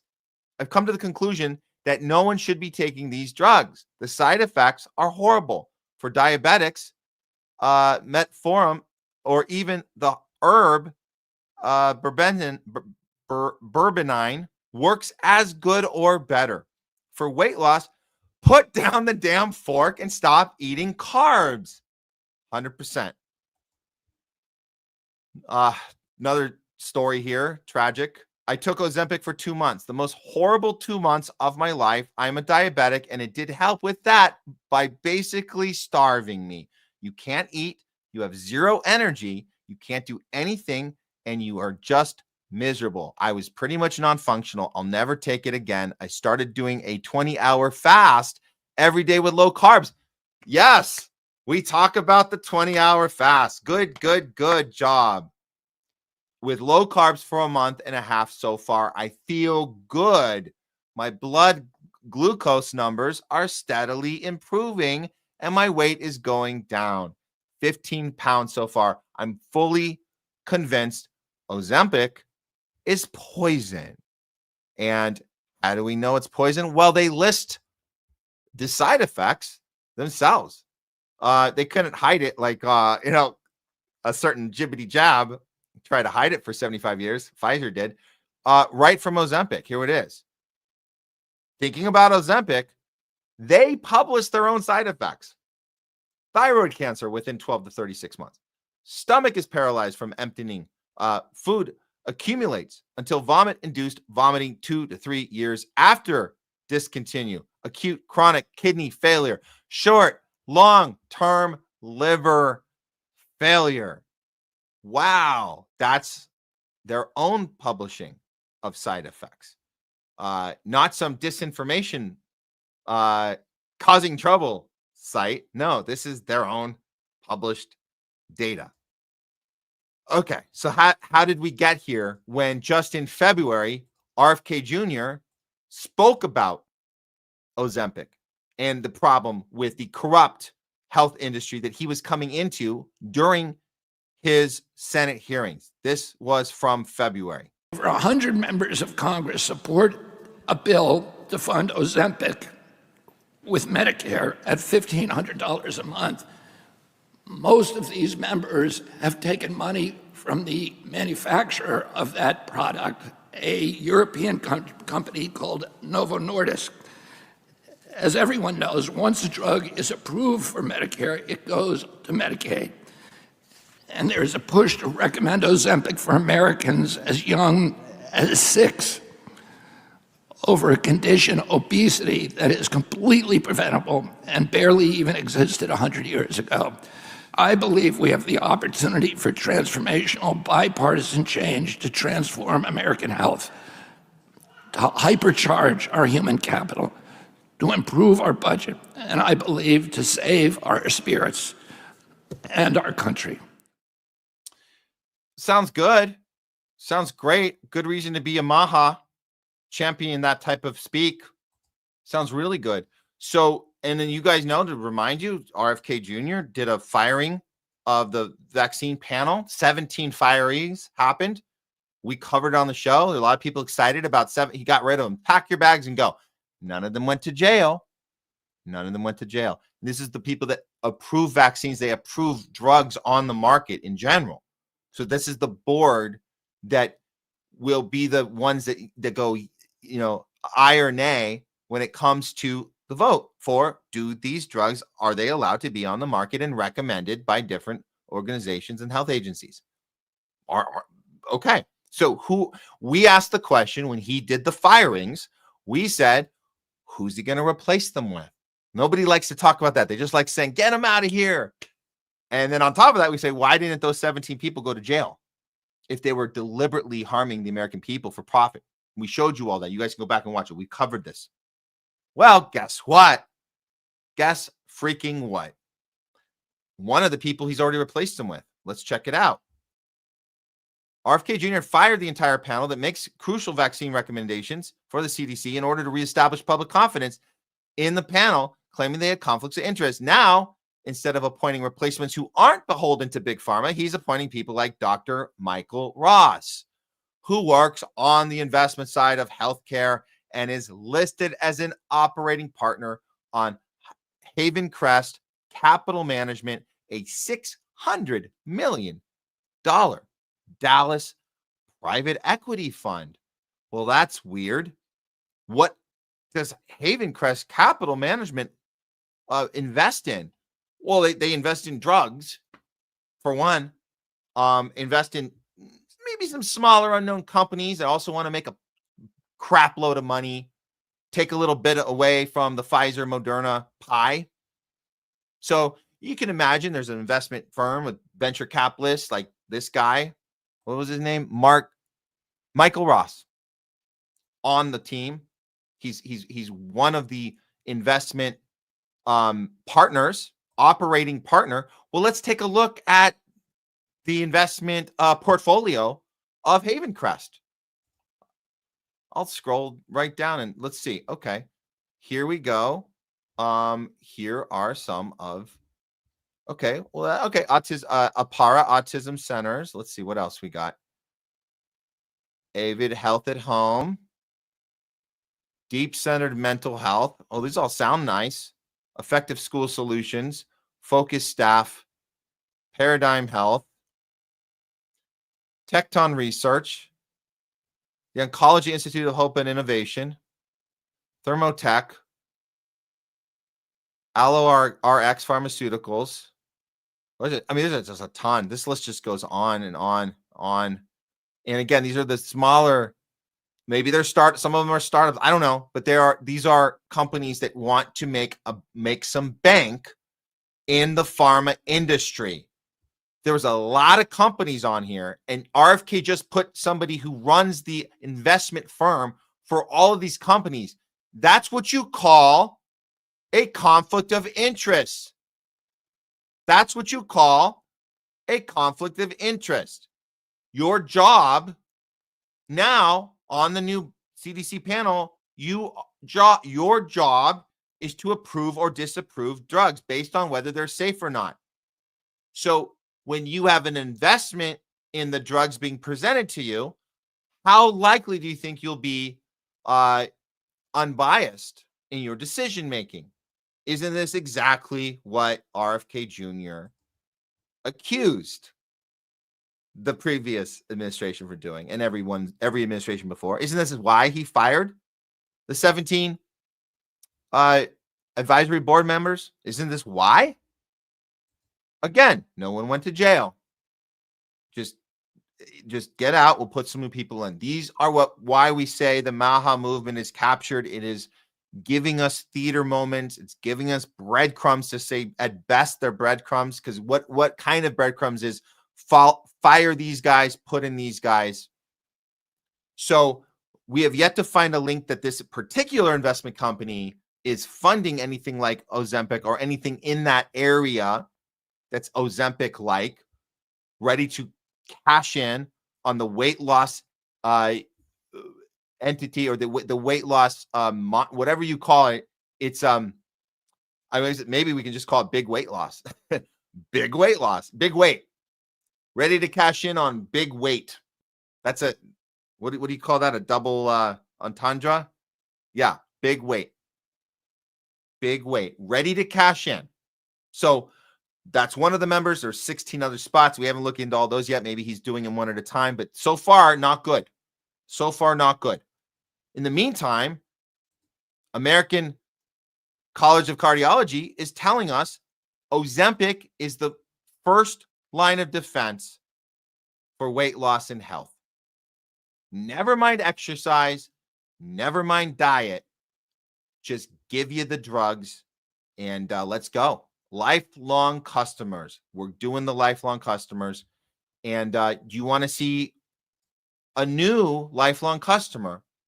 You might remember this person. She's ready to sign up right now. Amanda Bynes. She just tweeted out that she's ready to try Ozempic. Why is she ready? Well, she'll tell you herself. If you don't remember Amanda Bynes, you'll notice the picture next to her talking is a previous version of her. She no longer is that version. She's the version talking to you on the right side of the screen. So not to be confused. They're both Amanda Bynes. One of them is an older picture, and the one talking is her today, telling us that she's ready for Ozempic. Here we go. What's up, everybody? Thought I'd make a post about my new hair color that I'm doing. I want to show you the brands that I used. This is Arctic Fox, Electric Paradise, and then I also used Arctic Fox, Space Cowgirl. I saw a girl at CVS with this green in her hair and it looked so pretty, and since I have green eyes, I thought it would be a vibe. So I'm trying it out. And what else did I want to post about? Oh, I'm going on Ozempic. So excited. I'm 173 now, so I hope to get down to like 130, which would be awesome. So I look better in paparazzi pictures and you don't see my double chin from strange angles. Yeah, so that's about it. I will post about my Ozempic journey, of course. And yeah, that's about it. Have a good night, everybody.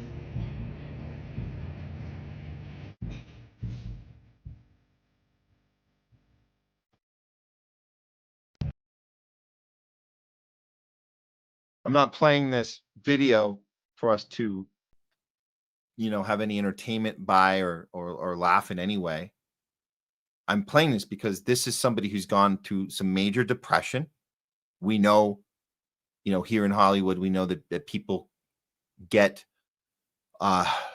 beaten down, worn down, and they do suffer mental illness from being in this town. So we're not laughing at her in any way. What we're saying is, watching this video, it's clear that our health agencies are still failing us. Because if she's ready to go on Ozempic, who gave the green light for her to go on it, by the way? Who gave her the green light? I'll keep her up there. Who's giving her the green light to do this? What health professional is saying, never mind your depression, never mind your clearly clinical depression? She's talked about depression in other posts. You're going to give this person a drug that causes unlimited amount of problems, is not a cure for weight loss. It might give you some weight loss, but it causes several more problems, including kidney failure.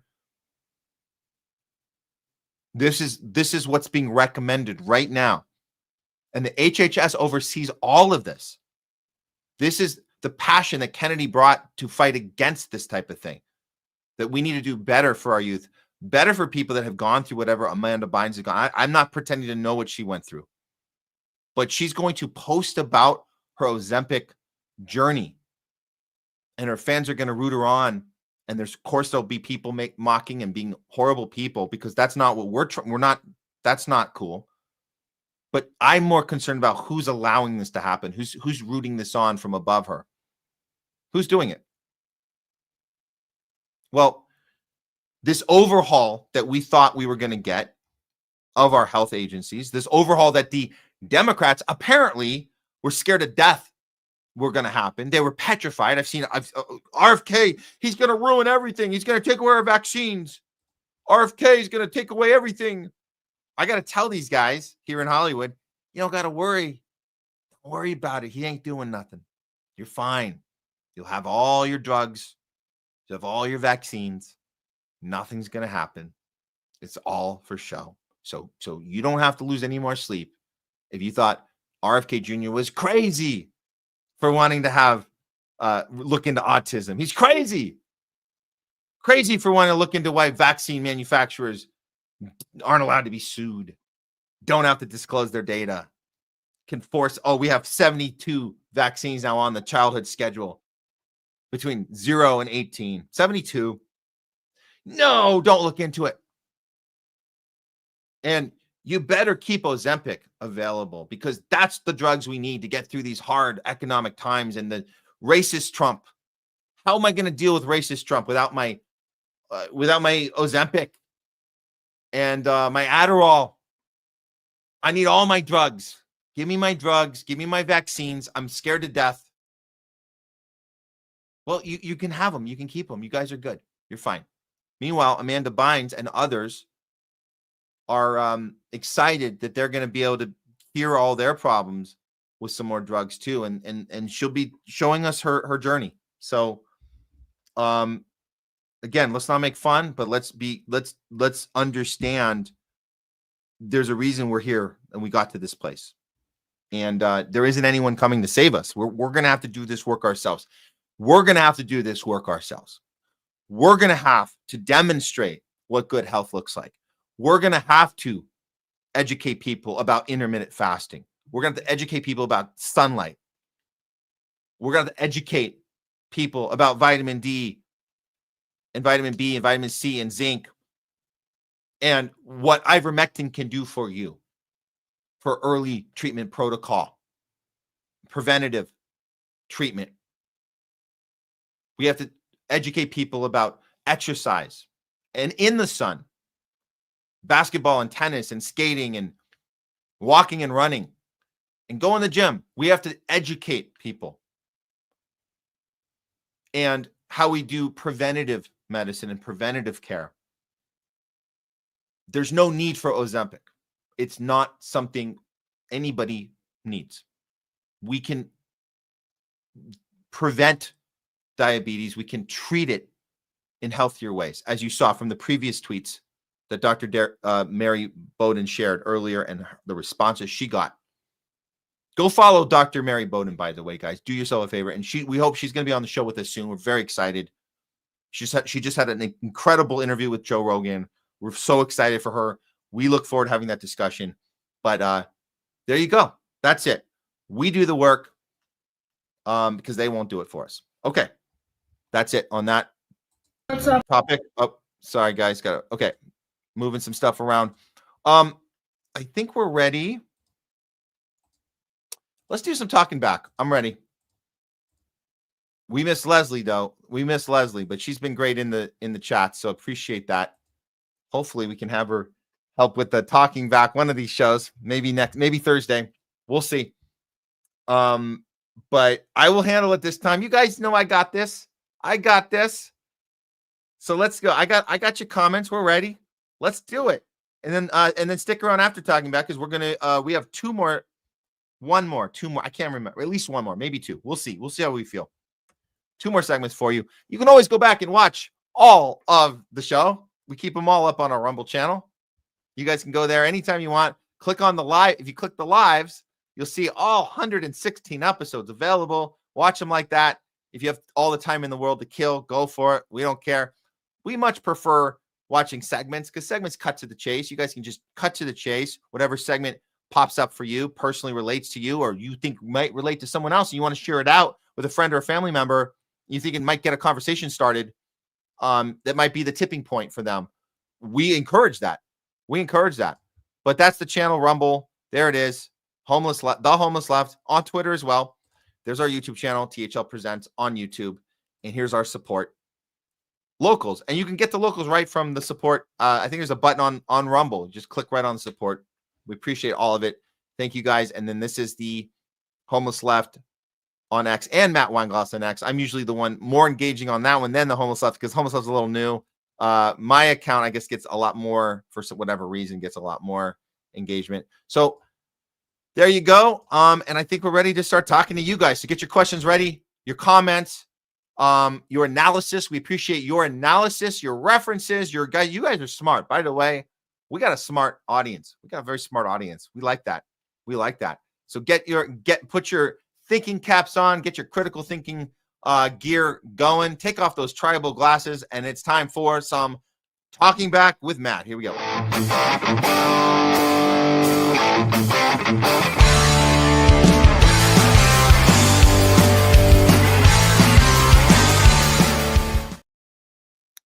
It's Talking Back with Matt, taking your guys' comments, questions, any analysis you might have on our Rumble channel, on our YouTube channel, live on the show.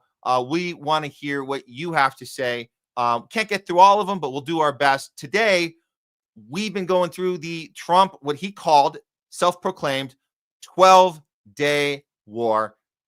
Did not happen that way. He preemptively announced it. Didn't happen. We've been breaking it down.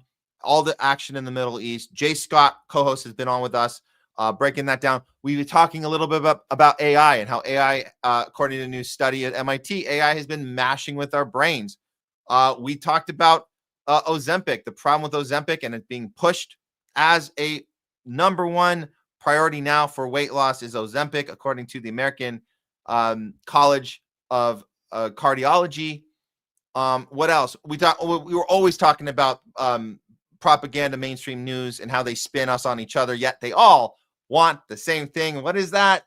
War. Okay, let's hear from you guys. You know what? Let's just put this one. We didn't cover this today, but this is important. Okay, all sentient beings, thanks for tuning in as always. I was watching Kim Iverson. People are so mean to her. Why? Okay, this is actually very important. I didn't look at the mean comments. I've seen people be mean before. It's pretty effed up. She's doing everything she can to be honest with everything she does, and I'm with her 1,000%. Homeless left is with her 1,000%. Sometimes we have analysis that, you know, not contradict, but we clash with analysis sometimes. You just saw us, me and Jay, having a little disagreement about healthy debate about Trump's true intention or ability, or is he being pulled, or is he pushing? There's ways we can disagree in a professional way. So I think what this is in reference to is that Kim Iverson, after Trump doing the attack on Iran, her response was, "I'm voting Democrat next time." And of course, we can imagine that people are like, "What are you doing?" Listen, I'm going to tell people, back the hell off. Let us have our space. Let us have our time. Let Kim have her time to process stuff. We have to deal with this shit in real time.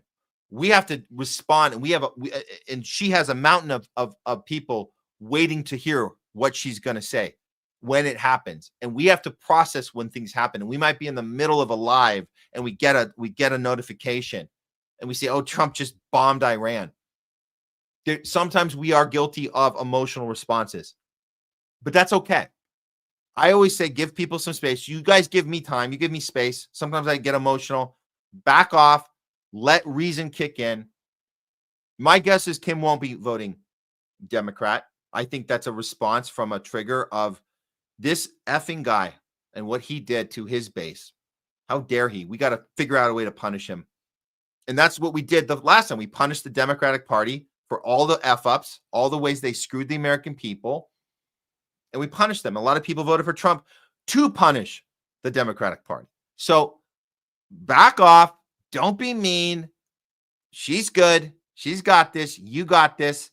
Just stop it, okay? Just stop it. Let us work this stuff out. But the lesson is, reason over emotion will always give you a better outcome. Always. Take a breath. Figure out what's going on, act from a place of reason, and then your critical thinking skills can be at top notch. So that's what that is. Okay. All you guys coming in here, Sherry Wise coming in here, Jungle Jer, very cool, non-tribal guy. Let's get to a good one here. Okay.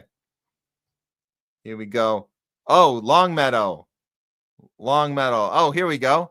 Only the Donald would tell the media to apologize to the military who dropped bombs on another country.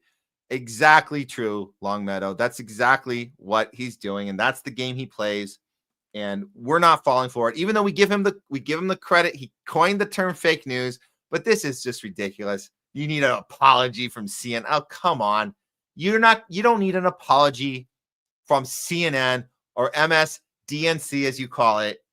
They are 100% for the regime change wars. They're just giving you some shit because they're supposed to do that to make the people think that they turn on Fox News and you'll get that opinion, and then you'll turn on CNN and get the other side.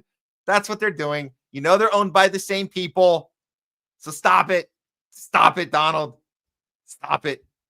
Apologize to the military. Come on. Come on. Okay. Let's see what else. Oh, there we go. Zootzilla from your YouTube channel. Hi, all. Free Palestine. Free Palestine. Hell yeah. Very cool.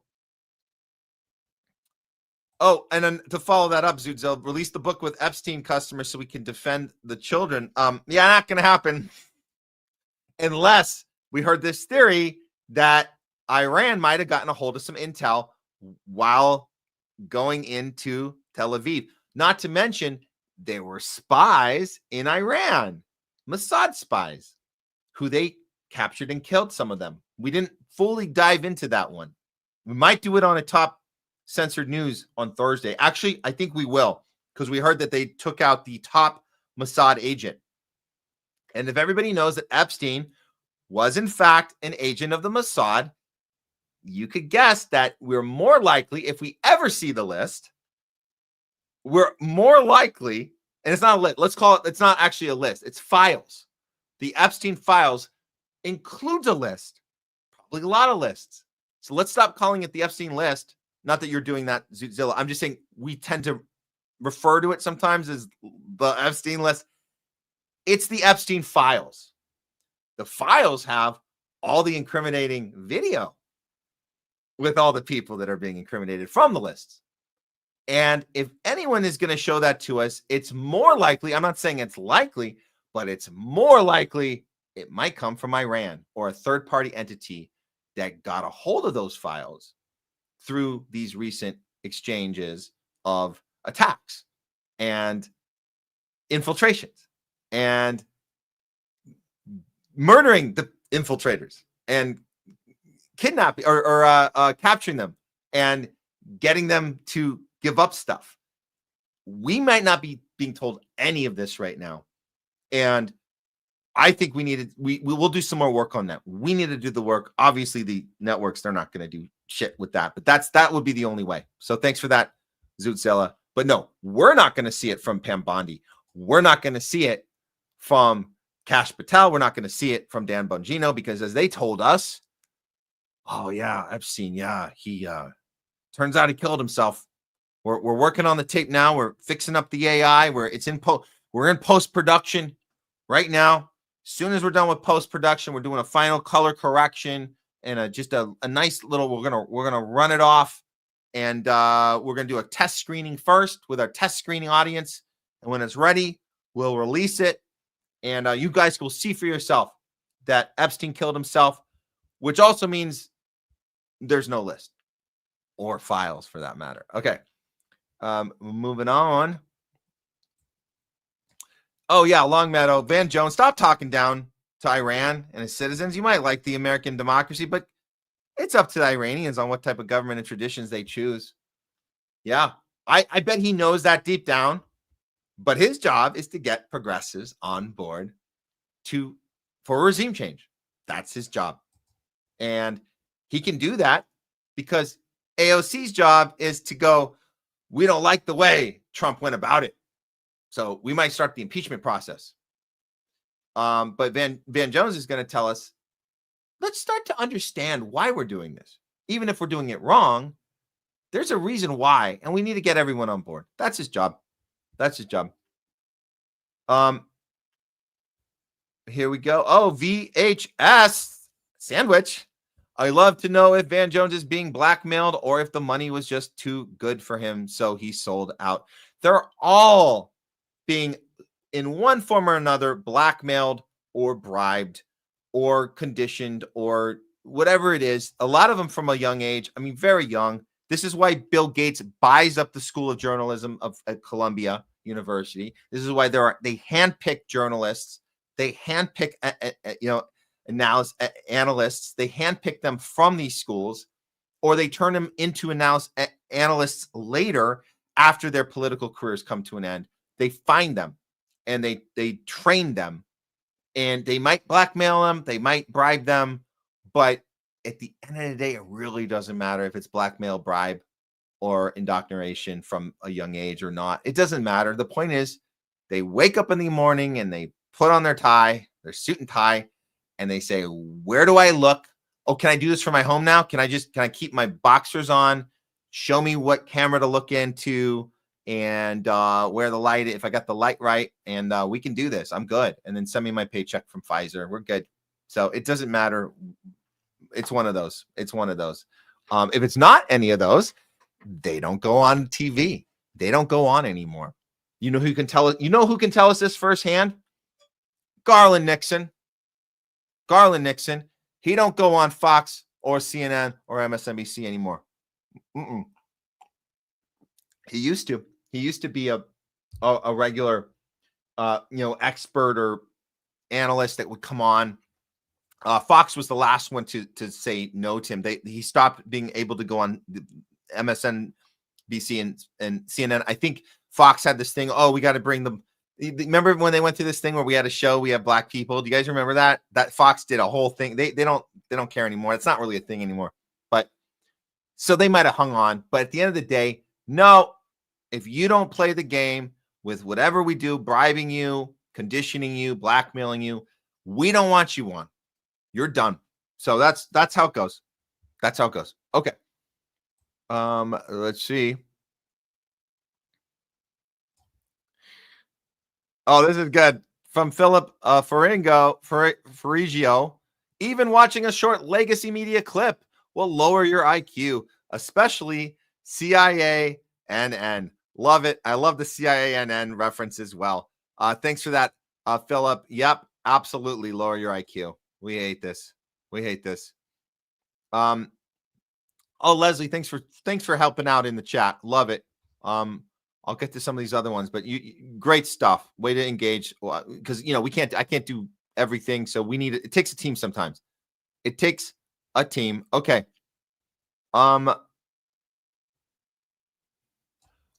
Zutzilla, thank you for pointing this out. Okay. This is in reference to, we saw the numbers from Israel military, from IDF. They got the numbers and they calculated, and they said a bare minimum of 377,000 have been killed or injured, upwards of 500,000.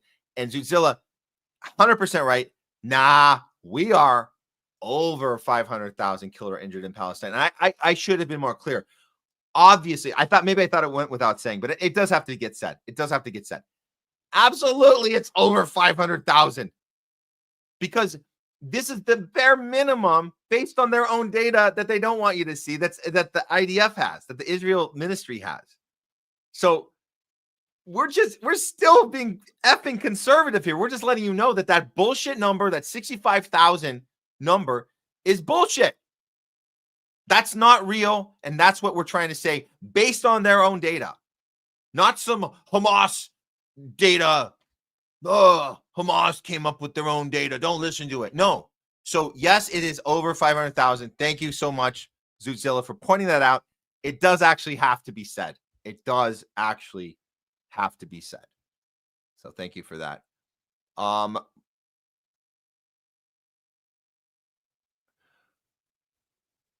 Let's see what else.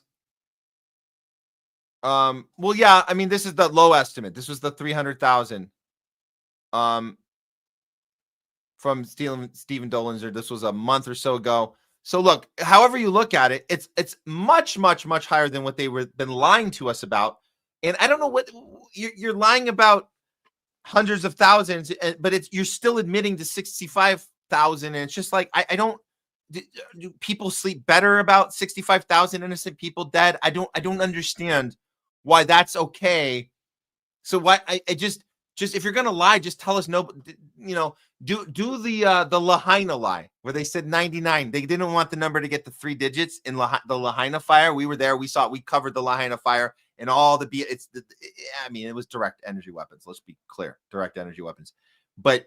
They hid all the deaths, all the undocumented workers that died, there's children that were missing, tons of people that they just didn't count, and they just wanted to keep that number at 99. Could you, I'm not saying they could have gotten away with saying it's just 99, but I'm saying, why are you even lying at all? 65,000 it's like that. Are we supposed to be okay with that? Are we supposed to be okay with that? And then be like, oh, where are you getting your 500,000 from? Zootzilla, where are you getting that from? How dare you spread Hamas misinformation? You weren't angry about 65,000, but yo, 500,000. Oh, so they just lie. I think it's just lie it's just an instinct at this point. Just lie to lie. Whatever it is, it's something else. There's no honesty in any bit of this. Any bit of this. Let's see. Let's go through this. Oh, in reference to Trump and the winning. Yes, congratulations. You're tired of the winning. We're tired of the winning. It's like that old Charlie Sheen. The winning. Trump definitely took off from the Charlie Sheen winning. That was one of the first hashtags that took off. Winning. Yeah, we can't take all the winning. Longmeadow.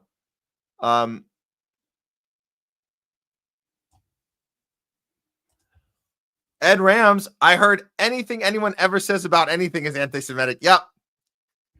That's kind of where we are now. That's kind of where we are. Thank you for that. That's awesome. That is awesome. Okay, let's see what else we got here. Leslie, I agree with you. We had this discussion about, me and Jay had a discussion whether Trump's outrage about Israel breaking the ceasefire today, whether it was a theater or not. And I'm on the side of, I think he was legitimately angry. So Leslie says, maybe I'm wrong, but he looked genuinely upset, annoyed, angry. Yeah, I think so. And again, it doesn't mean that he's not part of this regime change war operation. It does mean that there's a chance that he delusionally innocent boy, narcissistic delusions of grandeur-y way, he thinks that he could outsmart Israel. I don't know. That's, some would say that's hopeful thinking, but even if just to a degree, he's like, you were really just going to do this immediately after I put because he knows how bad that looks. He knows how bad that looks. You can't tell the world, ceasefire, it's done, it's over, everything's great, here's how it's going to go, and then Israel breaks it. You can't tell me that he doesn't recognize that is going to make him look very, very, very bad. Very bad. Okay. So even if he's in on it, but that looked like anger. I agree, Leslie.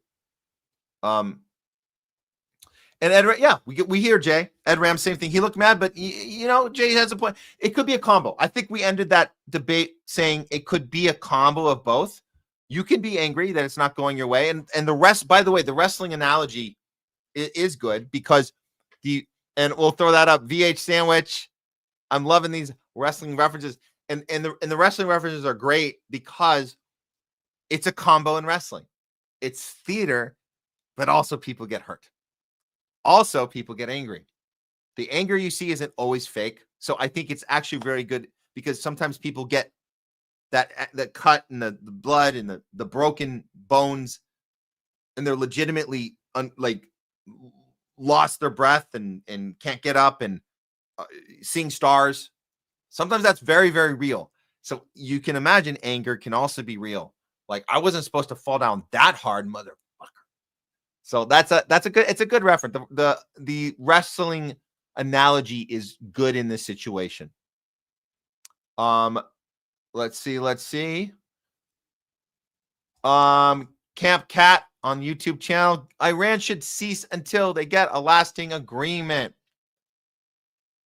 Let's not take our eye off of Iran. I mentioned earlier the part that they possibly have intel in their possession. They might have some leverage right now. And I think that let's just keep an eye on Iran. They have a card to play. We already know their military is a lot more capable than anyone thought. We see what's happening in Tel Aviv. I don't think the powers that be expected so much from them. And I think there's a chance that they have bargaining ability now. I think that might be possible based on they've killed some Mossad agents. They killed the top Mossad agent. We're going to get into that on Thursday. It's a story nobody's talking about. Nobody's talking about the head of the Mossad being killed. Look it up right now if you guys want a head start on it, but we will dive into that on Thursday. They have a card to play. They have a card to play, and they don't have to do anything until they get at least some of what they want. So yeah, I agree. Thanks for that, Camp Cat. DWJ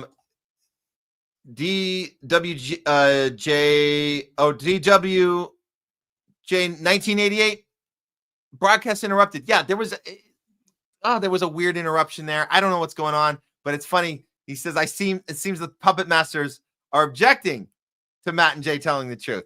That might be the case. It seems like it happens right at the interesting times. We get interrupted, we get paused on. Interesting timing sometimes. Of course, it could just be a coincidence, right? Oh, no, I'm going to correct you. Long-time listener, he absolutely does. I don't think Trump knows about the Greater Israel Project. No, he certainly knows about it. The people we talk to that know, everybody seems to know about it. Nobody denies that it exists. What a lot of times people will deflect it and say, that's not really possible. That can't they're in denial about the extent of it. So Trump might be playing that part of this. Like, it's an overblown, it's an extreme thing. He certainly knows about it, though. Does he think that it's actually the heart and soul of Zionism is the Greater Israel Project? He might not fully understand that, but he certainly knows about it.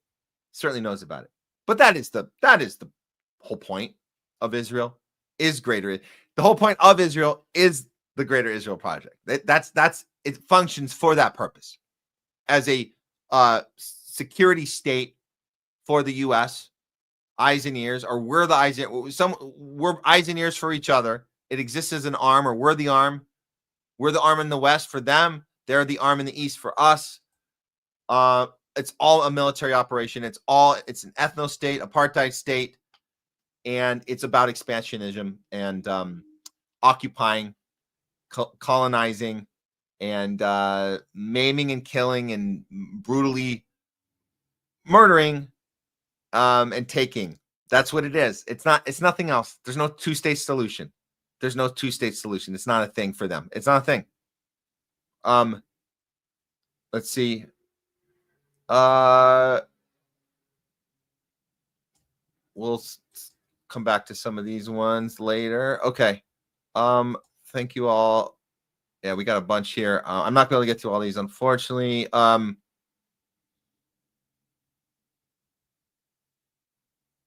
Oh, here we go. Yep. Even Obama was a Republican Democrat. LOL. Yeah, they all were. We don't have a left wing in this country. This was a response to a long-time listener. Tulsi is Republican. Bernie. Trump is Republican. Obama. Yeah, they're all a Republican version of each other. There's no left wing in this country. There's no left wing. So we did cover the Tulsi story. Let's see what else. Oh, thank you, ChatterX, for sharing some great links. Go to the chat, grab these guys before they disappear. They always disappear at the end of the show because it's on the live chat. But here's one of them. ChatterX has shared a bunch. Go check these out. Listen to the school teacher on Obama Newland's administration, NATO, Ukraine, Syria policy. Ooh, this is from 2015. Oh, I would like to see that one. Yeah. Grab them, guys, before they go away. Thanks, ChatterX. Yeah.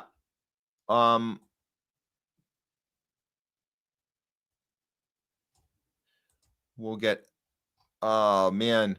Oh, all sentient beings. I was vaccinated against my will. Oh, I think I remember you sharing that with us earlier. We're so sorry about that. Dean W. So many people took the jab with misgivings, including myself. We're sorry that what you had to go through. We do express our empathy to you and anyone out there who had to experience that. We're with you. We're with you guys on that. We're with you. And then Leslie's going to tell you this, which I know personally that Leslie, and yeah, she got 3, literally forced to get 3, working in the healthcare industry. That's what happened. And it sucks. It really sucks. By the way, has anybody ever met anyone who regrets that they didn't get the job? I can't think of one person. If you guys can figure out anybody that you've met at any time, anywhere, posted anything anywhere on any social media, please share it with us. Did anybody regret not getting it? Good question. Because if that answer is can't find anyone, then doesn't that say everything right there? Doesn't that just tell the whole story right there? Yep. Let's see. Oh, good perspective here. Longtime listener. Bernie supported the war on Yugoslavia and the crime bill in the 90s, the Afghan war in the early 2000s. Closer study of his congressional record reveals he was always lousy. So Bernie was on board with all of the Clinton and Biden agenda. See, he's been aligned with his greatest nemesis, but he admits later, obviously Biden is his best friend, but Bernie was part of it the whole time. He was never an outsider. He was never, even though he has a big fat I next to his name in Vermont I, the independent, never independent, always in line. This illegal war NATO did on Yugoslavia, Bill Clinton, 1998. And then you have all the crime bill crap that Biden, as the head of the Senate, came up with. Bill Clinton signed it. Bernie was on board too. And of course, the war on terror after 9/11, because we got to fight them over there so we don't fight them over here. And Bernie's like, George W., I'm on board. I'm on board. So there you go. That's Bernie's entire career. Very similar to Biden's and Clinton's. Isn't that funny that at the end of the day, their records all kind of are the same? Does it really matter what they tweet about? Does it really matter what they talk about? Does it really matter what they run on when they're running their campaigns? Does it really? AOC, I'd rather be a one-term congressman than be a lifer, because a one-termer can get more done than any lifer can get done in their entire lives. You can run on anything. You can say anything. You can tweet anything, apparently. Trump just showed us that today. You can tweet anything you want. But at the end of the day, it's your actions. And if all of your policies, all of the things you're voting on are exactly the same as the thing you're pretending to battle, what does that say? And what does that say about us if we don't know that that's how it works? If we are way too caught up on tweets, we're way too caught up on speeches, we're way too caught up on Obama. Yes, I can. Yes, we can. Yes, we can. Yes, we can. You're gonna hold those war criminals accountable by Obama? Well, the way I do presidenting is we prefer to look forward and not behind. So your short answer to your question, no. No. So words are nothing. Words are nothing. Words are meaningless. Words they're not violent. By the way, words are not violence. Words are nothing. Trump told us there's a deal. We didn't see it. Where's the paperwork?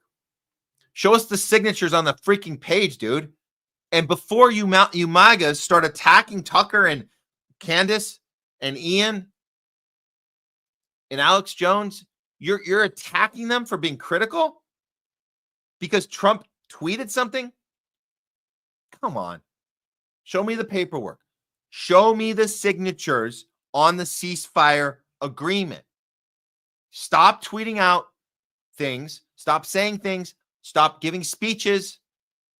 Whether you're Trump, Bernie, AOC, it doesn't matter. We don't care what you have to say. We care what you do. Show it to us. We can all be better at this. We can all be better at this. Let's not fall for the speeches. Let's not fall for the tweets. We'll do a few more, and then I do have another. Yes, we do have another story for you guys. Oh, here we go. Michelle, thanks for watching, Michelle. Tulsi wasn't named a WEF Young Global Leader against her will. She earned that title when was taking classes for it in college 5 years ago. Very interesting tidbit. We'll look into that. Isn't that interesting that people get conditioned in these schools and these colleges classes even as early as or as late as 5 years ago? Apparently, we'll look into it. But yeah, it doesn't seem like any of this really happens against their will, really. But if need be, it will happen against your will. The Mossad will make sure of that. They know how to do that. The whole sexual blackmail stuff, they can do that. They can set up any of the congressmen. But I think that's last option. I think first option is just train them. If that doesn't work, bribe them. If that doesn't work, blackmail them. One of the three will work. But yeah, maybe you're right. In Tulsi's case, just train them. Just train her. Get that degree. And get that journalism degree from Columbia, all you guys out there that want to be journalists. That's the way to do it. Go to Columbia School of Journalism and be hand-selected by Bill Gates. We'll stick you into MSNBC room, give you a weekend show, assistant co-host, a guest co-host, weekend show spot. Might move up to the main host. And who knows? You might guest host on one of the regular shows one day when Lawrence O'Donnell croaks or Rachel Maddow has a nervous breakdown, or maybe has a sudden death from all the drugs she took from all of her backers that write her checks. You might come in and sub in, and you might do such a good job. You might do such a good job, they'll give you a long-term deal. So go do that. If you want to do journalism, go take some classes. Go take some classes. Yeah. By the way, I just decided to do this. So you guys know you're talking to somebody that did not take the classes, but I certainly have years of documentary filmmaking experience, which has certainly informed me on how to look into stories and how to talk to people and how to do research and how to go to the story and how to present to an audience, because presentation is important. Honesty is also important. Actually, honesty is the most important. Presentation is also important. So I don't have to give you my resume, but there's other ways you guys can do it besides going to the institution itself, the thing that you're supposed to be challenging. The institution is funded by the thing you're supposed to challenge. How can you challenge Bill Gates if he paid for your education? Just throwing it out there. How can Tulsi challenge the war machine if she apparently just took 5 years ago, took classes about how to be a WEF ringleader? I don't know. How can you do it? How can you? I don't know. Here we go. Let's do a couple more, and I'll get to you guys later in the show. Oh, here we go. Kat Terrell. Ed Snowden told us all years ago. It's been real life this entire time about cell phones. Thank you for that. Yeah, Ed Snowden was really ahead of his time. He told us all of these things to watch out for, all of the surveillance state using this technology that was only going to get worse, only going to get more advanced. I guess he told us this back in 2012, I believe. Thanks for that reference, Kat. Really appreciate it. It's all true. We weren't listening. We didn't listen. If only we listened. Oh, man. Oh, long-time listener. This is about the Ozempic. I was very upset to see one of my favorite music groups, The War and Treaty, do an Ozempic ad. I guess separate the art from the artist. Not when it comes to commercials. Because I'm sorry, long-time listener, look, commercials are not art. They're paycheck.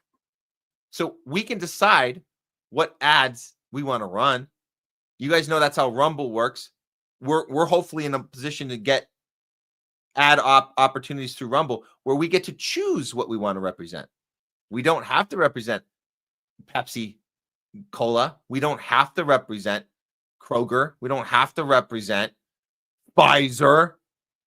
No, you don't have to do any of that. You certainly don't have to represent Ozempic if you don't want to. It's not art. Art is the music and the films and the poetry and the comedy and the storytelling and the dancing and the whatever, painting and the lyrics and the spoken word and the performance of any sort That's the art. So you separate that from the artist, but you don't have to do an ad. You don't have to do an ad. So I know you're not saying the ad is the art, but I'm saying that they don't have to do the ad. They can say no. They can say no. That's it. But if the music is good, it's good. If the music is good, it's good. A lot of more COVID references here. Yeah, this topic ain't going away. Thanks for this, Leslie. The first line, like COVID shots, not diet and exercise and vitamin D and C. It was the vaccine. Exactly. Good call. Remember, that's what they told us. That's what Fauci told us. He was on TV every day. He had plenty of time to tell us about sunlight and exercise and vitamin D and C and zinc. And he didn't. He didn't forget.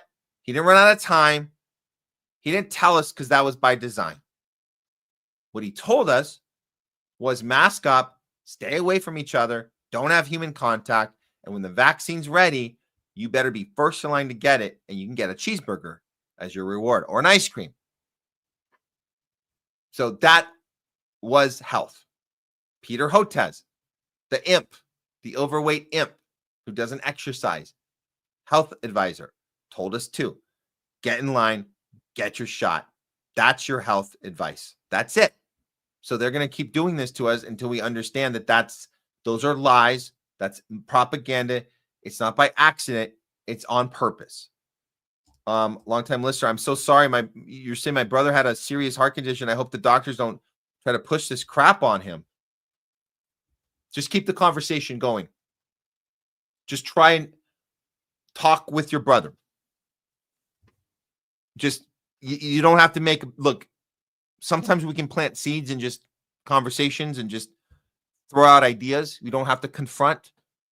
It's hard. It's hard. I understand it. But you only can do so much. But even just planting a little seed might be something.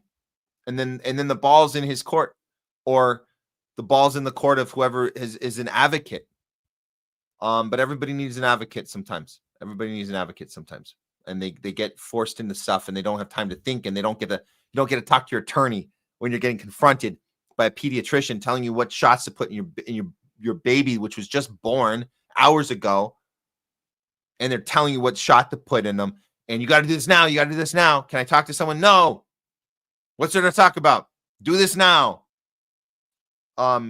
We have to be strong. It's hard. We have to advocate for ourselves sometimes and say, I need to go talk to my partner. I need to go talk to some family member. I'll get back to you. I need to go get a second opinion. Oh, remember that? What happened to second opinion? I don't know. That's not a thing anymore, apparently. Apparently not.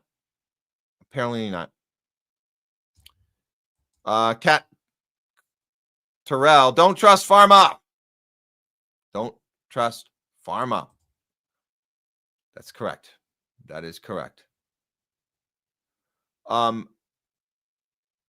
see what else we got. Oh, awesome, Kat. You're also a vet against all war. Very cool. Very cool. That means a lot coming from you. That means a lot coming from you. We need more of that. We need that from Gal Gadot, who served in the IDF and probably murdered some Lebanese people. You can disavow it. You can say it's wrong. You can condemn it, as they like to say, about Hamas. Do you condemn Hamas? Do you condemn the thing that you served in now that you have a new perspective of it? You can do that. That's an option. So every day you choose not to, you're complicit in the thing that you represent until you say out loud, I condemn that. I'm not for that. There was a time I was, for whatever reason. I'm no longer for that. You can do it. So good for you, Kat, for saying that as a vet. We thank you for your words.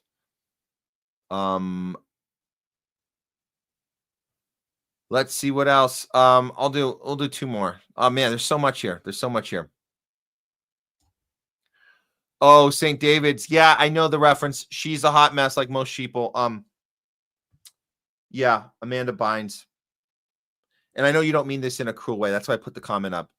Hot mess is what happens to people, and they need more than a stupid drug to solve their problem. They need some sort of therapeutic something. They need engagement, a therapist, psychologist. There's other health discussions that can be done to help you through whatever you're going through, besides giving you an Ozempic, whatever prescription it is. Not cool. But thanks for that, St. David's. Thanks for that. Last one, and then we'll do the rest on the outside.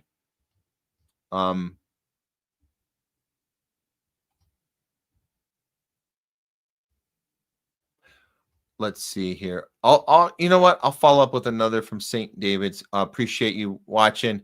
The microwave generation. I want it now. I don't want to wait or work for it. It's a good one. I haven't heard the microwave description before on a generation. That's good. Microwave generation. The Insta generation. Instagram. Instant satisfaction. Which drugs are apparently marketed to do. It's the quickest fix, the quick fix. It's not a fix. It's a distraction. It's a deterrent. It's not a fix. It's not a fix. Okay, we'll get to the rest of you guys on the outside. But for now, that should do it for Talking Back with Matt. Okay. Let's get on to, actually, you know what? I'm going to throw up a card and we'll come back. We'll have one more segment for you. Actually, I'm going to do a bonus one. I'm going to do a bonus one because I'm feeling good. I'm feeling good today. You guys have been awesome. We're going to do, 1.5 more segments for you. Don't go anywhere. We'll be right back. Go grab yourself a drink, bathroom break, and we'll see you in a few minutes. Let me put on, this time I'm going to put on the music first because it's cool, and I'll see you guys out.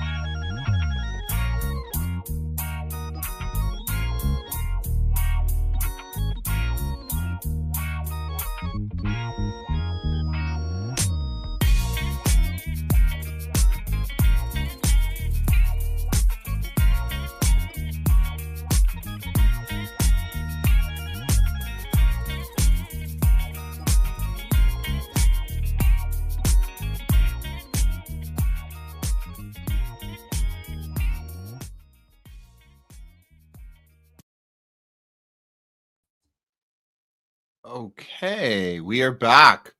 Welcome one and all for some more Homeless Left.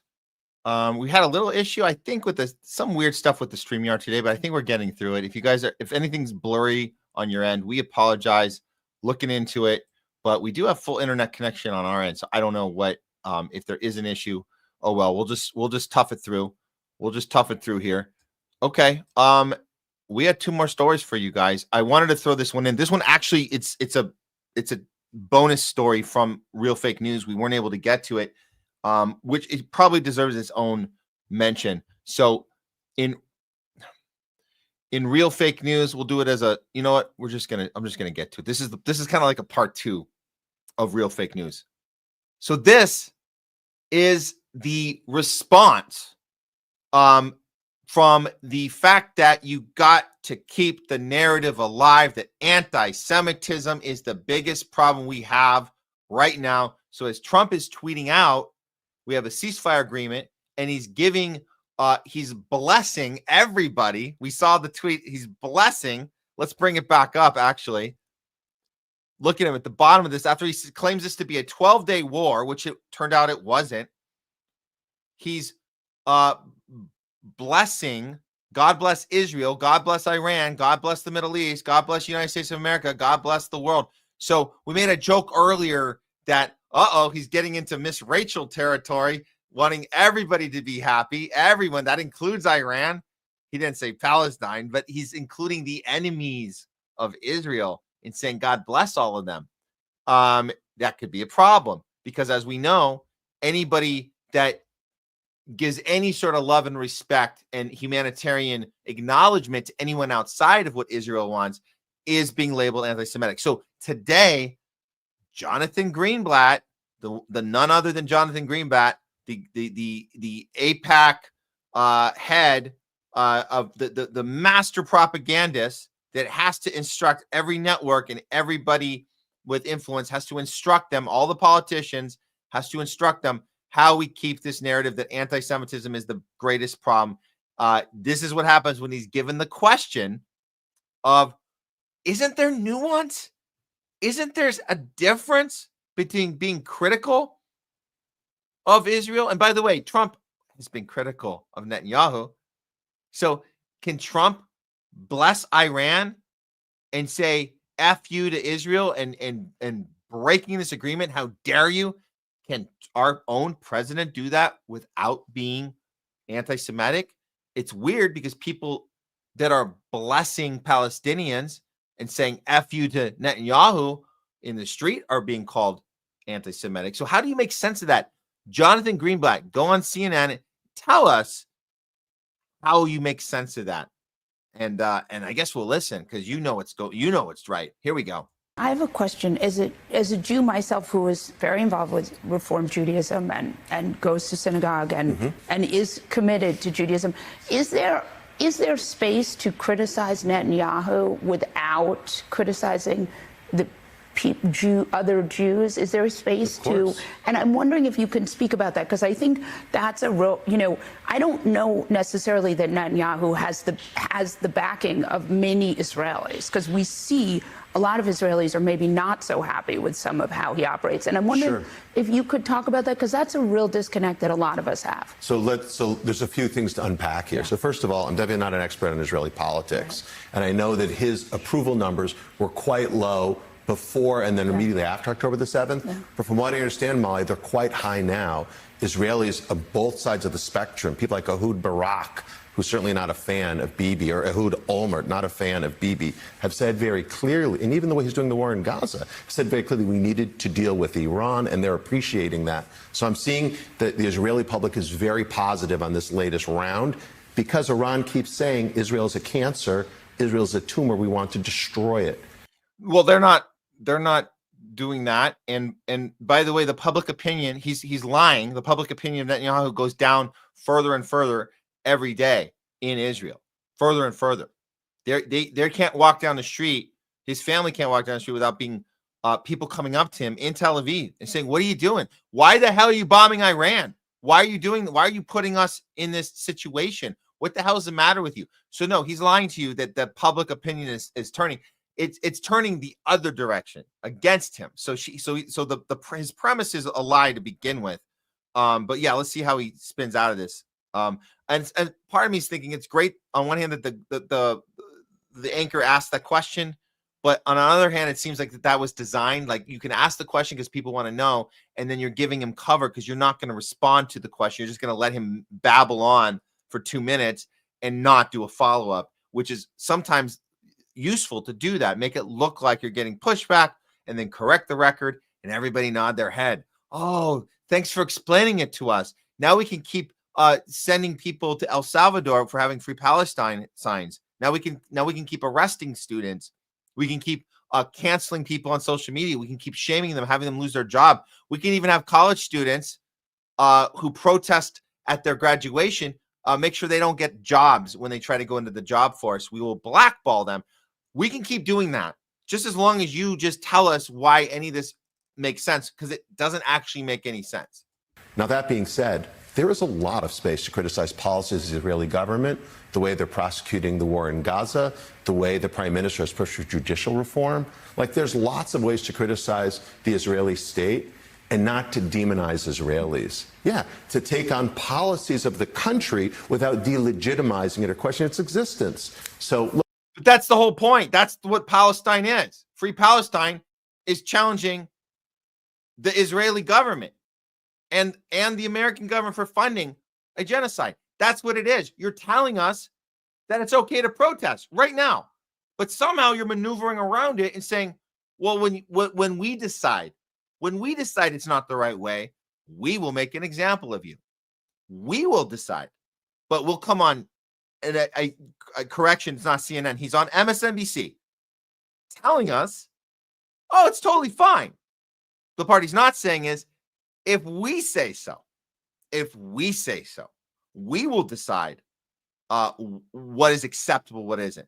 And it will be personal. It will be case by case. There is no rule. There's no actual standard. If we applied a standard, then we couldn't get away with all the bullshit we're doing. We couldn't get away with making out these protests to look like Hamas supporters and the terrorists and they're against her. So yeah, okay. So this makes sense on paper, but it's not. None of this is true. You're lying to us. Look, ADL does that. Lots of American Jews do that. But in this moment, what I'm focused on really are how the fringes, like the woke right, the Tucker Carlsons, the Steve Bannons, the Candace Owens, and the sort of radical left, the Hassan Pikers, and people like Mehdi Hassan, unfortunately, Max Blumenthal, have been fomenting anti-Semitism, blaming this war on the Jews. No, they're not. None of them are doing that. You psychotic son of a bitch. Nobody is doing that. And you point them out. Max Blumenthal, Hassan Piker, you call the woke right, Tucker, Candace, and these radical lefties, woke right, radical left. You can't say woke left because woke left is right in line with the Zionists. That's what that's so you got to do. You got to call them different names. It's apparently woke right, radical left. They're not doing that. You're lying. And unfortunately, at MSNBC, even though that was a great question to start off with, there won't be a follow-up to this. There won't be can you give me an example? The last guy you said. You just said a lot of names. You just threw a lot of people under the bus. You just lied about a lot of people. You just lied to our faces. But can you just give us one example of any of those people? Play me a clip. Show me where Max Blumenthal blames this war. It's not, I don't know if he's talking about Palestine. He's talking about Iran. Iran's a war. Palestine's a genocide. It's not a war because Palestine can't fight back. So that's not a war. But show me one clip of any of those people, Tucker, Candace, Max, any of them, blaming it on the Jews. You can't because you know it doesn't exist. And you know that you pre-screened this interview that you're not going to get a pushback about it. So you can just say it. Jonathan Greenblatt. I misspoke. I said he was head of APAC. It's ADL. ADL. Same thing. Actually, bigger. These are the most crooked, psychotic manipulators of propaganda and censors of free speech on the planet that infect our media, infect our education system, infect everything. So he can come on here, lie about what is and what isn't considered anti-Semitism, and then name drop people and just say, oh, they're blaming it on the Jews. What the hell are you talking about, you psycho son of a bitch, man? And there won't be a pushback. Or the Zionists or the neocons. And I think that kind of classic anti-Semitism I find very troubling. You find it very troubling. You find it very troubling. No, it's actually, I'll go further. You don't find it troubling. You have to create it, pretend it exists, because you actually need it to exist. Oh, there's the rub. There's the rub. It's not actually troubling. It's actually part of the design. Is you create the thing, you call something else the thing when it's not. Now you have the thing, and now all of your actions and behaviors can be reactions to that thing. Without that thing, you don't get to do all your actions and your horrible behavior. You don't get to do your thing. You don't get to do your thing if you don't have that thing. So it's doubly disgusting and despicable that you can sit there and say, I find it troubling, when in the reality is you find it exciting. And the it doesn't exist only because it only exists because you said it did. So it's a double opposite of I find it troubling. No, you find it exciting. It fuels you.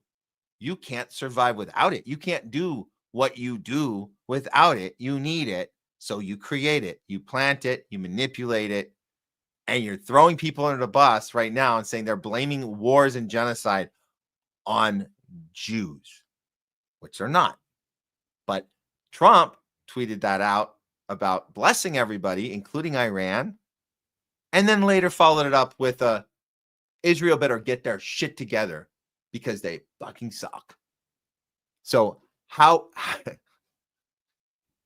is the president not anti-Semitic by your definition? If you're going to say Max Blumenthal is, who by the way doesn't talk like that with that foul mouth. He doesn't talk like that. Very, very articulate. All of them are. All of them have. I have to say, Tucker, Candace, the whole list, they have been extremely articulate of how they describe. Tucker, out of all of them, is the most scared, that he trembles when he gets into the. I got to be careful. I got to be careful. So we're not buying your bullshit anymore, Jonathan Greenblatt. Great start off question, no follow-up question, but maybe that was by design. Okay.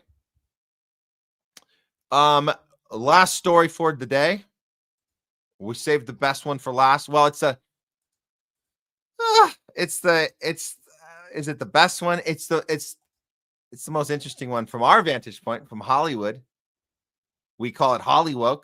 So let's go ahead and give you guys This Week in HOLLYWOKE. Here we go.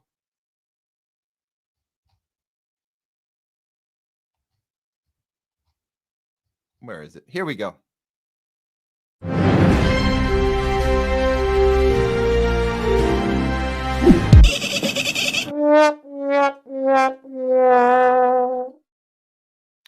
This Week in HOLLYWOKE, you guys might have been recently hearing some references to some big Hollywood films being mentioned as comparison to what's going on in the Middle East right now. Shocking coincidences. Everybody's getting excited. Let's hear how excited they are on Fox News for bringing up this Top Gun Maverick reference. Oh boy, how thrilling it is. And the timing is just so awesome. Check it out. What we're looking at here is we're being told this is, I think, anywhere from just shy of 200 to 300 feet in depth. There are all kind of reports out there of 1,000 foot, but I think that's more propaganda. So what you end up doing is, if you saw the movie, the latest Top Gun movie, eerily enough, this is that plot kind of coming to fruition in real life. It's not just one bomb. It'll be a bomb after a bomb to get through that penetration. And just lastly, that's what. Oh, a bomb after a bomb to get to that penetration. Ooh, it's getting exciting. It's getting hot in here. It's getting hot in here. Oh man, you might unbutton that jacket there. Can someone turn the heat down? I'm starting to get a little sweaty here. Oh, but it's so exciting. I'm so excited right now. So excited. You're talking about can penetrate up to 200 feet below the surface.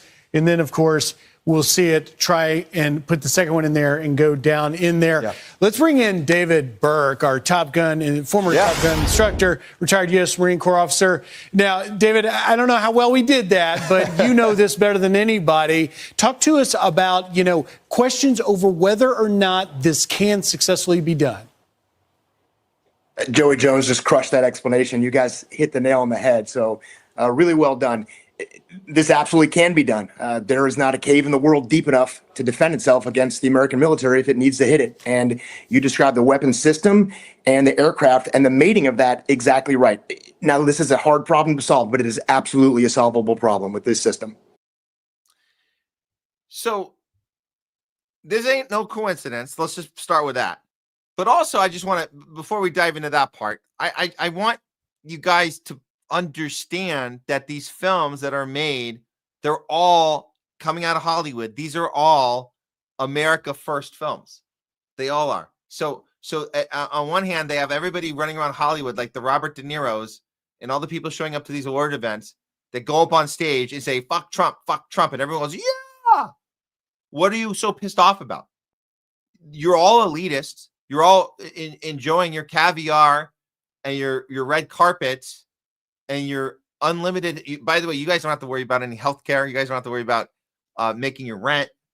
So we know that the elitist lifestyle in HOLLYWOKE, on one hand, you guys can say fuck Trump. On another hand, you can celebrate movies like Top Gun Maverick, which is exactly a Trump film. It's designed for America First. We're better than our enemy. Faceless enemy. We don't need to even recognize them as a human being. We won't even say the country. It doesn't effing matter. Like Ted Cruz going on Tucker. Tucker says, do you know anything about Iran? Do you know anything? The population, the demographic.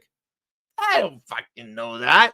I don't care. It's like Top Gun. I don't care. We don't need the face of the enemy because we're America.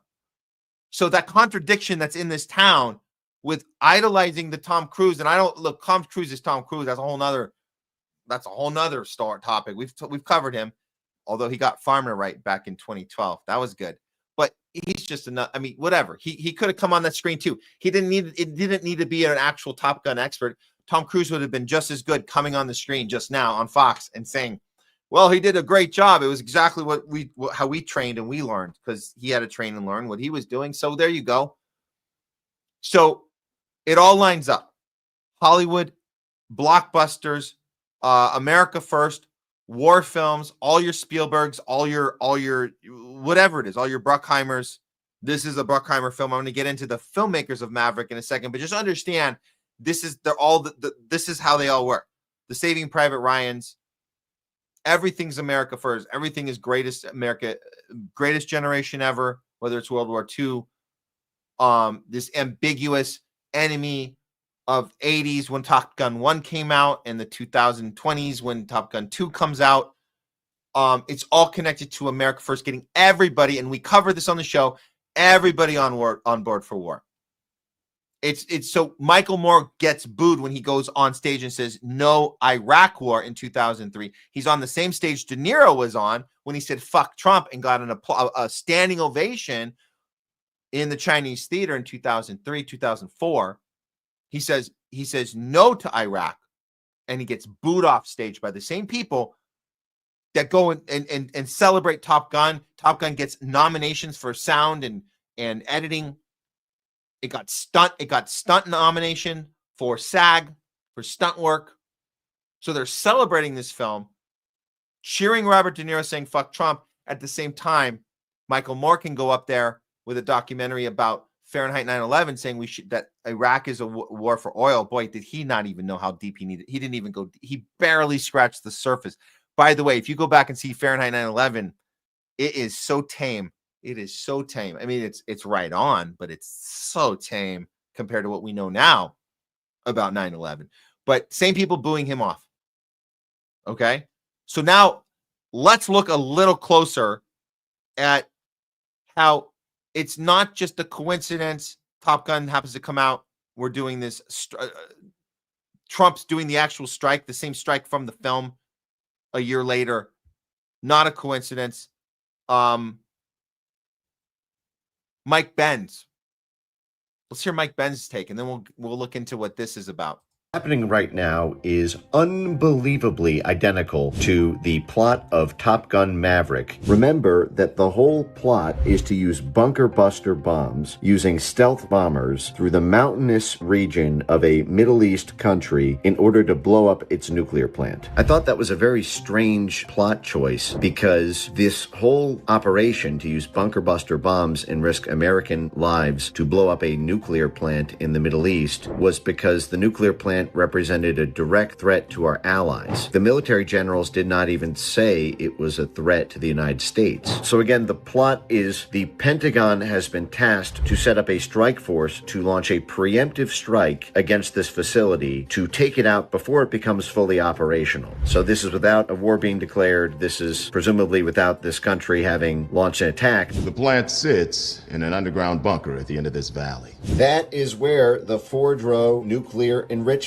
site is, in the mountainous region just north of Iran's capital. You will notice it's the same setup with these same valleys and slopes in a giant mountain range. As you know, the plant rests between two mountains. You'll notice the Fordow fuel enrichment plant also is sandwiched between two mountains. This is a very, very strange movie because the whole setup is that this entire operation, risking American lives, is gauged as not being for U.S. interests, but all because the nuclear plant represented a direct threat to allies in the region, which is clearly a reference to Israel, and this is clearly a reference to the Fordow nuclear enrichment plan. This had been considered a threat since 2009 when Iran announced that that plant was building a nuclear enrichment facility. This is a very strange way to sell things to Americans. Even I, as a pro-Israel person, found this to be a kind of troubling thing in 2022, and it seems strange that nobody was talking about this plot, and for this plot to literally come back 3 years later and be playing out in real time, I think is fascinating, slightly disturbing, and my hope is that peace can be reached quickly on this. Security can be ensured, a deal can be struck, and the division of the coalition can be avoided.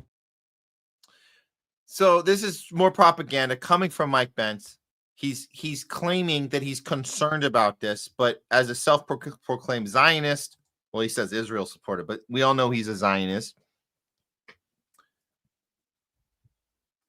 He's concerned, but not really being clear about what he's concerned about. Is he concerned that it's just too much of a coincidence? It feels too weird.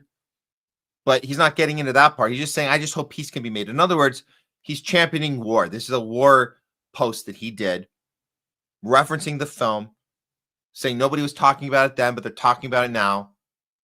So 100% war peace. Let's actually get somebody who did a little more deep dive on what's actually happened here with the film, where it was done. This is done on purpose. This is called manufacturing consent. This isn't about, oh, we have to show the good guys in Israel the reference, and oh, that's this nuclear thing. The nuclear facility is going to destroy our allies, and our allies are where the good guys, and where the Tom Cruise is, and we're cheering for Tom Cruise. We're cheering for Tom Cruise, and the other guy, the Goose's son, Miles Teller. We're cheering for them. The redemption story with them because Tom Cruise is responsible for his dad's death, or there's some unresolved tension there, but they're gonna save the world together. This is Trump. This is Trump mind. This is what everybody cheered on. He's saying, I'm concerned. What are you concerned about? You're one of them. You believe in this stuff. You just don't like the fact that it was so obviously put out there. Or do you? Or do you? Let's see. Sam Parker says Mike Pence, known Jewish infiltration agent, reveals that Iran situation is playing out just like Top Gun Maverick. Uncanny how the movie makers could have seen this coming. I wonder if it was one of the 3 Jewish producers or one of the 2 Jewish screenwriters paging Aaron Michelin. Let's look closer. Well, here we go. Screenplay, Eric Warren Singer. Story, Justin Marks. Get the little star David sign there. That's just to show you who they are. Produced by, there's Jerry Bruckheimer, David Elson. Let's look at the producing team themselves. There he is. There's Jerry Bruckheimer, German Jewish immigrants. He's the son of Jewish German immigrants. He's obviously producer of very big blockbuster films, all America first, all Israel first films. Very well produced, makes a lot of money on these type of blockbuster films. There's his producer partner, David Elson, Italian and Jewish heritage of his father. Okay, good to know. Not that it matters. Who cares, right? And then this is the CEO of Paramount Pictures, Paramount, who releases the Top Gun franchise since the 80s. Brian Robbins. And we know why Top Gun 1 came out. That was to get everybody on board for all of our Middle East happenings in the 80s and Iran-Contra and playing Iran and Iraq on each other and setting the stage for the Persian Gulf War in 1991 with George Sr. All of those happenings. That's what Top Gun 1 was about. Then we got hey, Tom Cruise, we need you back. We need to do it again. The faceless enemy in the Middle East. We need to get everybody on board. Everybody on board. Adam Media, Assange. Hollywood scriptwriters who say they are Jewish have been planting the mental seeds for war with Iran for years, including in Top Gun Maverick, Homeland 24, and in the DreamWorks film on Julian Assange, The Fifth Estate. And this is just a short list, but thanks for bringing up the TV series too, because those are just as annoyingly useful for them to do that. Homeland, I always had a problem with Homeland. I always thought there was something so bizarre. It's the same old shit. We're going to make you think that we have a problem inside Homeland Security, but the problem is it's always an individual problem. It's always Claire Danes with her mental illness issue she's got to deal with and take her drugs, and if she doesn't take her drugs, she can't do her job. And there might be a there might be a plant from the enemy inside, but never does Homeland or 24 ever suggest it's more than a plant or somebody that's trying to infiltrate from the outside, from the bad brown people, foreign people. We won't even say what country it is. It doesn't matter. They're all the same. They're all a bunch of Arab, interchangeable brown people, scary brown people. But the infiltration's coming from them, and that's why we're having dysfunction inside our industry. Our agency is having dysfunction, not because the agency is an evil agency that works against the American people. The agency's having bad functionality because it's been infiltrated from brown people on the outside. That's why. And our lead character has personal issues they have to tend to, so we're rooting for them. Work out your issues. Work out your issues, Claire Danes. You can do it. Get back to work. They need you. They're dealing with so much. The Homeland Security team, oh my God. But they're working on behalf of the American people. That's the point. That's the point. There he is, Mr. Cruz himself. Why don't they just put him on Fox News? Why do they even have? He could do just as well, saying, "You guys, hey, you guys nailed it. You did the thing. You did the thing. Way to sell everyone. Way to sell everyone on this yet another regime change war that everybody is against, but you're going to pretend that we're for it because you're going to trick us into. It's called manufactured public consent for more war. They've been doing this to us our whole lives, and Hollywood is a place where they can really do damage to us because we don't even see it coming, because we love Tom Cruise and we love all the fighter jets, and we'll go back for more. We'll go back for Top Gun 3. We'll celebrate some more at the Academy Awards, or get a sound design nomination because it's not going to get acting nomination, and then Robert De Niro can go back up on stage and say "fuck Trump" again, and we'll go while we're literally cheering on the character that is Trump, the character of the greatest the greatest military in the world. Were so precise. They carried out the mission. They did such a good job. No one in the world could have done as great of a job as America military just did. They just proved the world wrong. We're the greatest military in the world, greatest Top Gun experience ever. You might as well just call it the operation instead of 12 days war. Trump, why didn't you just call the operation Top Gun 3 and packaged it like that? Top Gun 3. Watch it now, streaming now on Paramount Plus. Okay, that is This Week in HOLLYWOKE. I think we're wrapping it up now. We're wrapping it up. Thank you guys all so much for today. All the engagement, really appreciate it. Man, you guys got even some more. I don't know if I can get to all this. We do have to cut it off here in a second. I'll throw a few up, a few more up, and then we'll call it a day. Oh, we should go. Welcome, pro genocide, Russia phobia. Ursula von der Leyen should be served slop on a tray through a hatch in a reinforced steel door until her dying day. She is literally a Nazi. That might be comment of the day. Great job on that one. Wish you go. Thanks for coming on. We missed you earlier, but we know you can go back and watch some of it. Thanks for coming on. There's others here. I can't even get to all these. Oh, DS Tanks. This is a good one. Trump is a stone cold.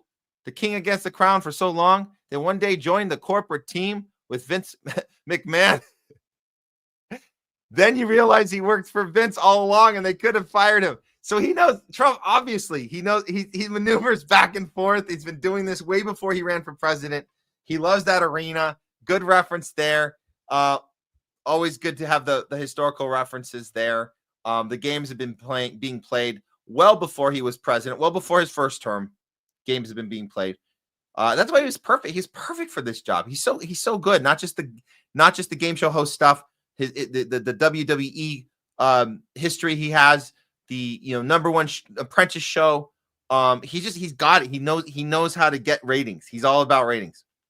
I'll try and throw these up during the runoff. Let me just put one more up here. Here we go. One more from DS Tanks. I like this. In politics, nothing happens by accident. If it happens, you can bet it was planned that way. Franklin D. Roosevelt. Good advice. And I think this kind of amplifies Jay's point about this might be exactly what Trump wanted the whole time as well. And he's willing to take a hit. Boy, did he take a hit today. Boy, did Trump take a hit today with the 12-day war. This thing's over. It's done. And then Israel immediately breaks it. But we knew that was going to happen because that's what Israel does. So I guess there is no reason why Trump would not have known. Why wouldn't he have known that Israel would do this? This is their behavior. They break ceasefires all the time. We've been seeing them do that in Gaza this whole time. How many ceasefires did they break? I can count 3 off the top of my head. The most recent one was the worst one because it's the one that they all bragged about. Biden bragged about it before he left office. Trump bragged about it when he came in. We get this deal. They both said, "Oh, I got the deal." No, I got the deal. Who got the deal? There was no deal. There was a deal, but it was broken. That's the point. So what are we celebrating? And why are MAGAs going at each other? Stop saying I told you so. Stop saying I told you so to anyone about anything. Let's just all stop. How about we all agree to stop it with the I told you so's and just move forward step by step with our critical thinking skills, having honest, healthy, cordial debates with people who agree with critical thinking has to be first. We can disagree. We can say, "Oh, you might have had a point. Oh, I changed my mind about this. Oh, I didn't see that." Those are honest discussions. Let's stop saying, "I told you so." When are you going to apologize to Trump? When are you going to apologize to Trump? What the hell was that? That's not a thing because he tweeted out, "We have a ceasefire. You have to apologize to Trump." We haven't seen anything. All we see is Israel constantly breaking deals, and Trump is left with this really shitty thing he can't sell anymore. It's called a 12-day war, and we're already on day 13, heading on 14, and it's still going. So you better get back into the boardroom where you can have your damage control meeting, followed by your I don't know, your marketing meeting of how you can repackage this thing, because 12-day war ain't gonna cut it anymore, my friend. 12-day war ain't gonna cut it. That time's over. That's gone. That was yesterday. You got to think of a new title now. Maybe Top Gun 3. Maybe that can be it. Or that one kind of passed too.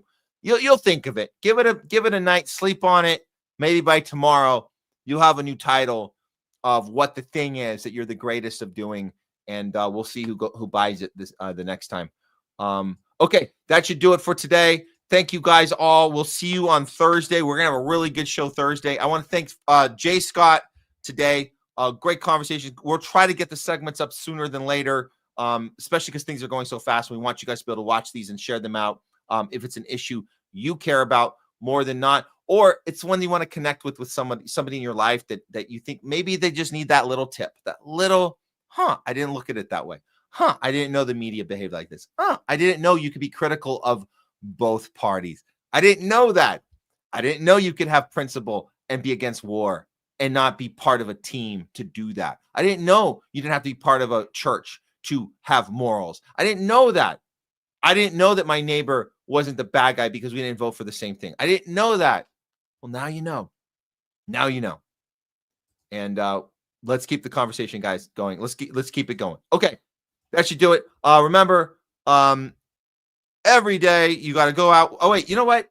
What am I playing out? What am I? Oh, this one. Oh my God. This one. You guys are gonna love this. We might get a copyright thing on this, but I can always cut it off later if it's on YouTube. I don't know if it's gonna work or not. I don't care. That's why we save it for the end. MC Abdul, kid rapper from Palestine. This video went out. Adam Media shared this out, and I first thought he was making this now as a response to the genocide. He is not, and I have to clarify this. I didn't want to just press play. Looking up his music, most of everything he's released came out before 2023, before October 7th. So we're going to play this incredible video he filmed in Gaza in 2021, 2.5 years before October 7th. And you can see the destruction already there in the background. But for those of you who thought it was and I was confused when I saw it, and I'm like, well, it still looks like, I don't know if you can pull this off now. And that's why it's good that you need to qualify this. This was filmed before October 7th. So you guys can see how horrible the conditions were before October 7th. It's important to make that distinction. This is MC Abdul. I hope he's not getting targeted now, because this video particularly, he's got a bunch of them. This one's making the rounds because I think it's because Adam Media tweeted it out.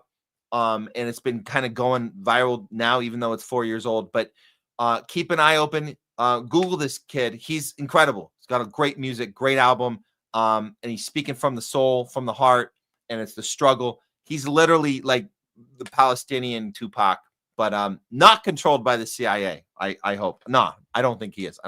Okay. And that should do it. Enjoy MC Abdul. And remember, always go at the world with courage, conviction, and above all else, principle. We'll see you guys next time. Homeless Left, a non-tribal place for news. We'll see you next time.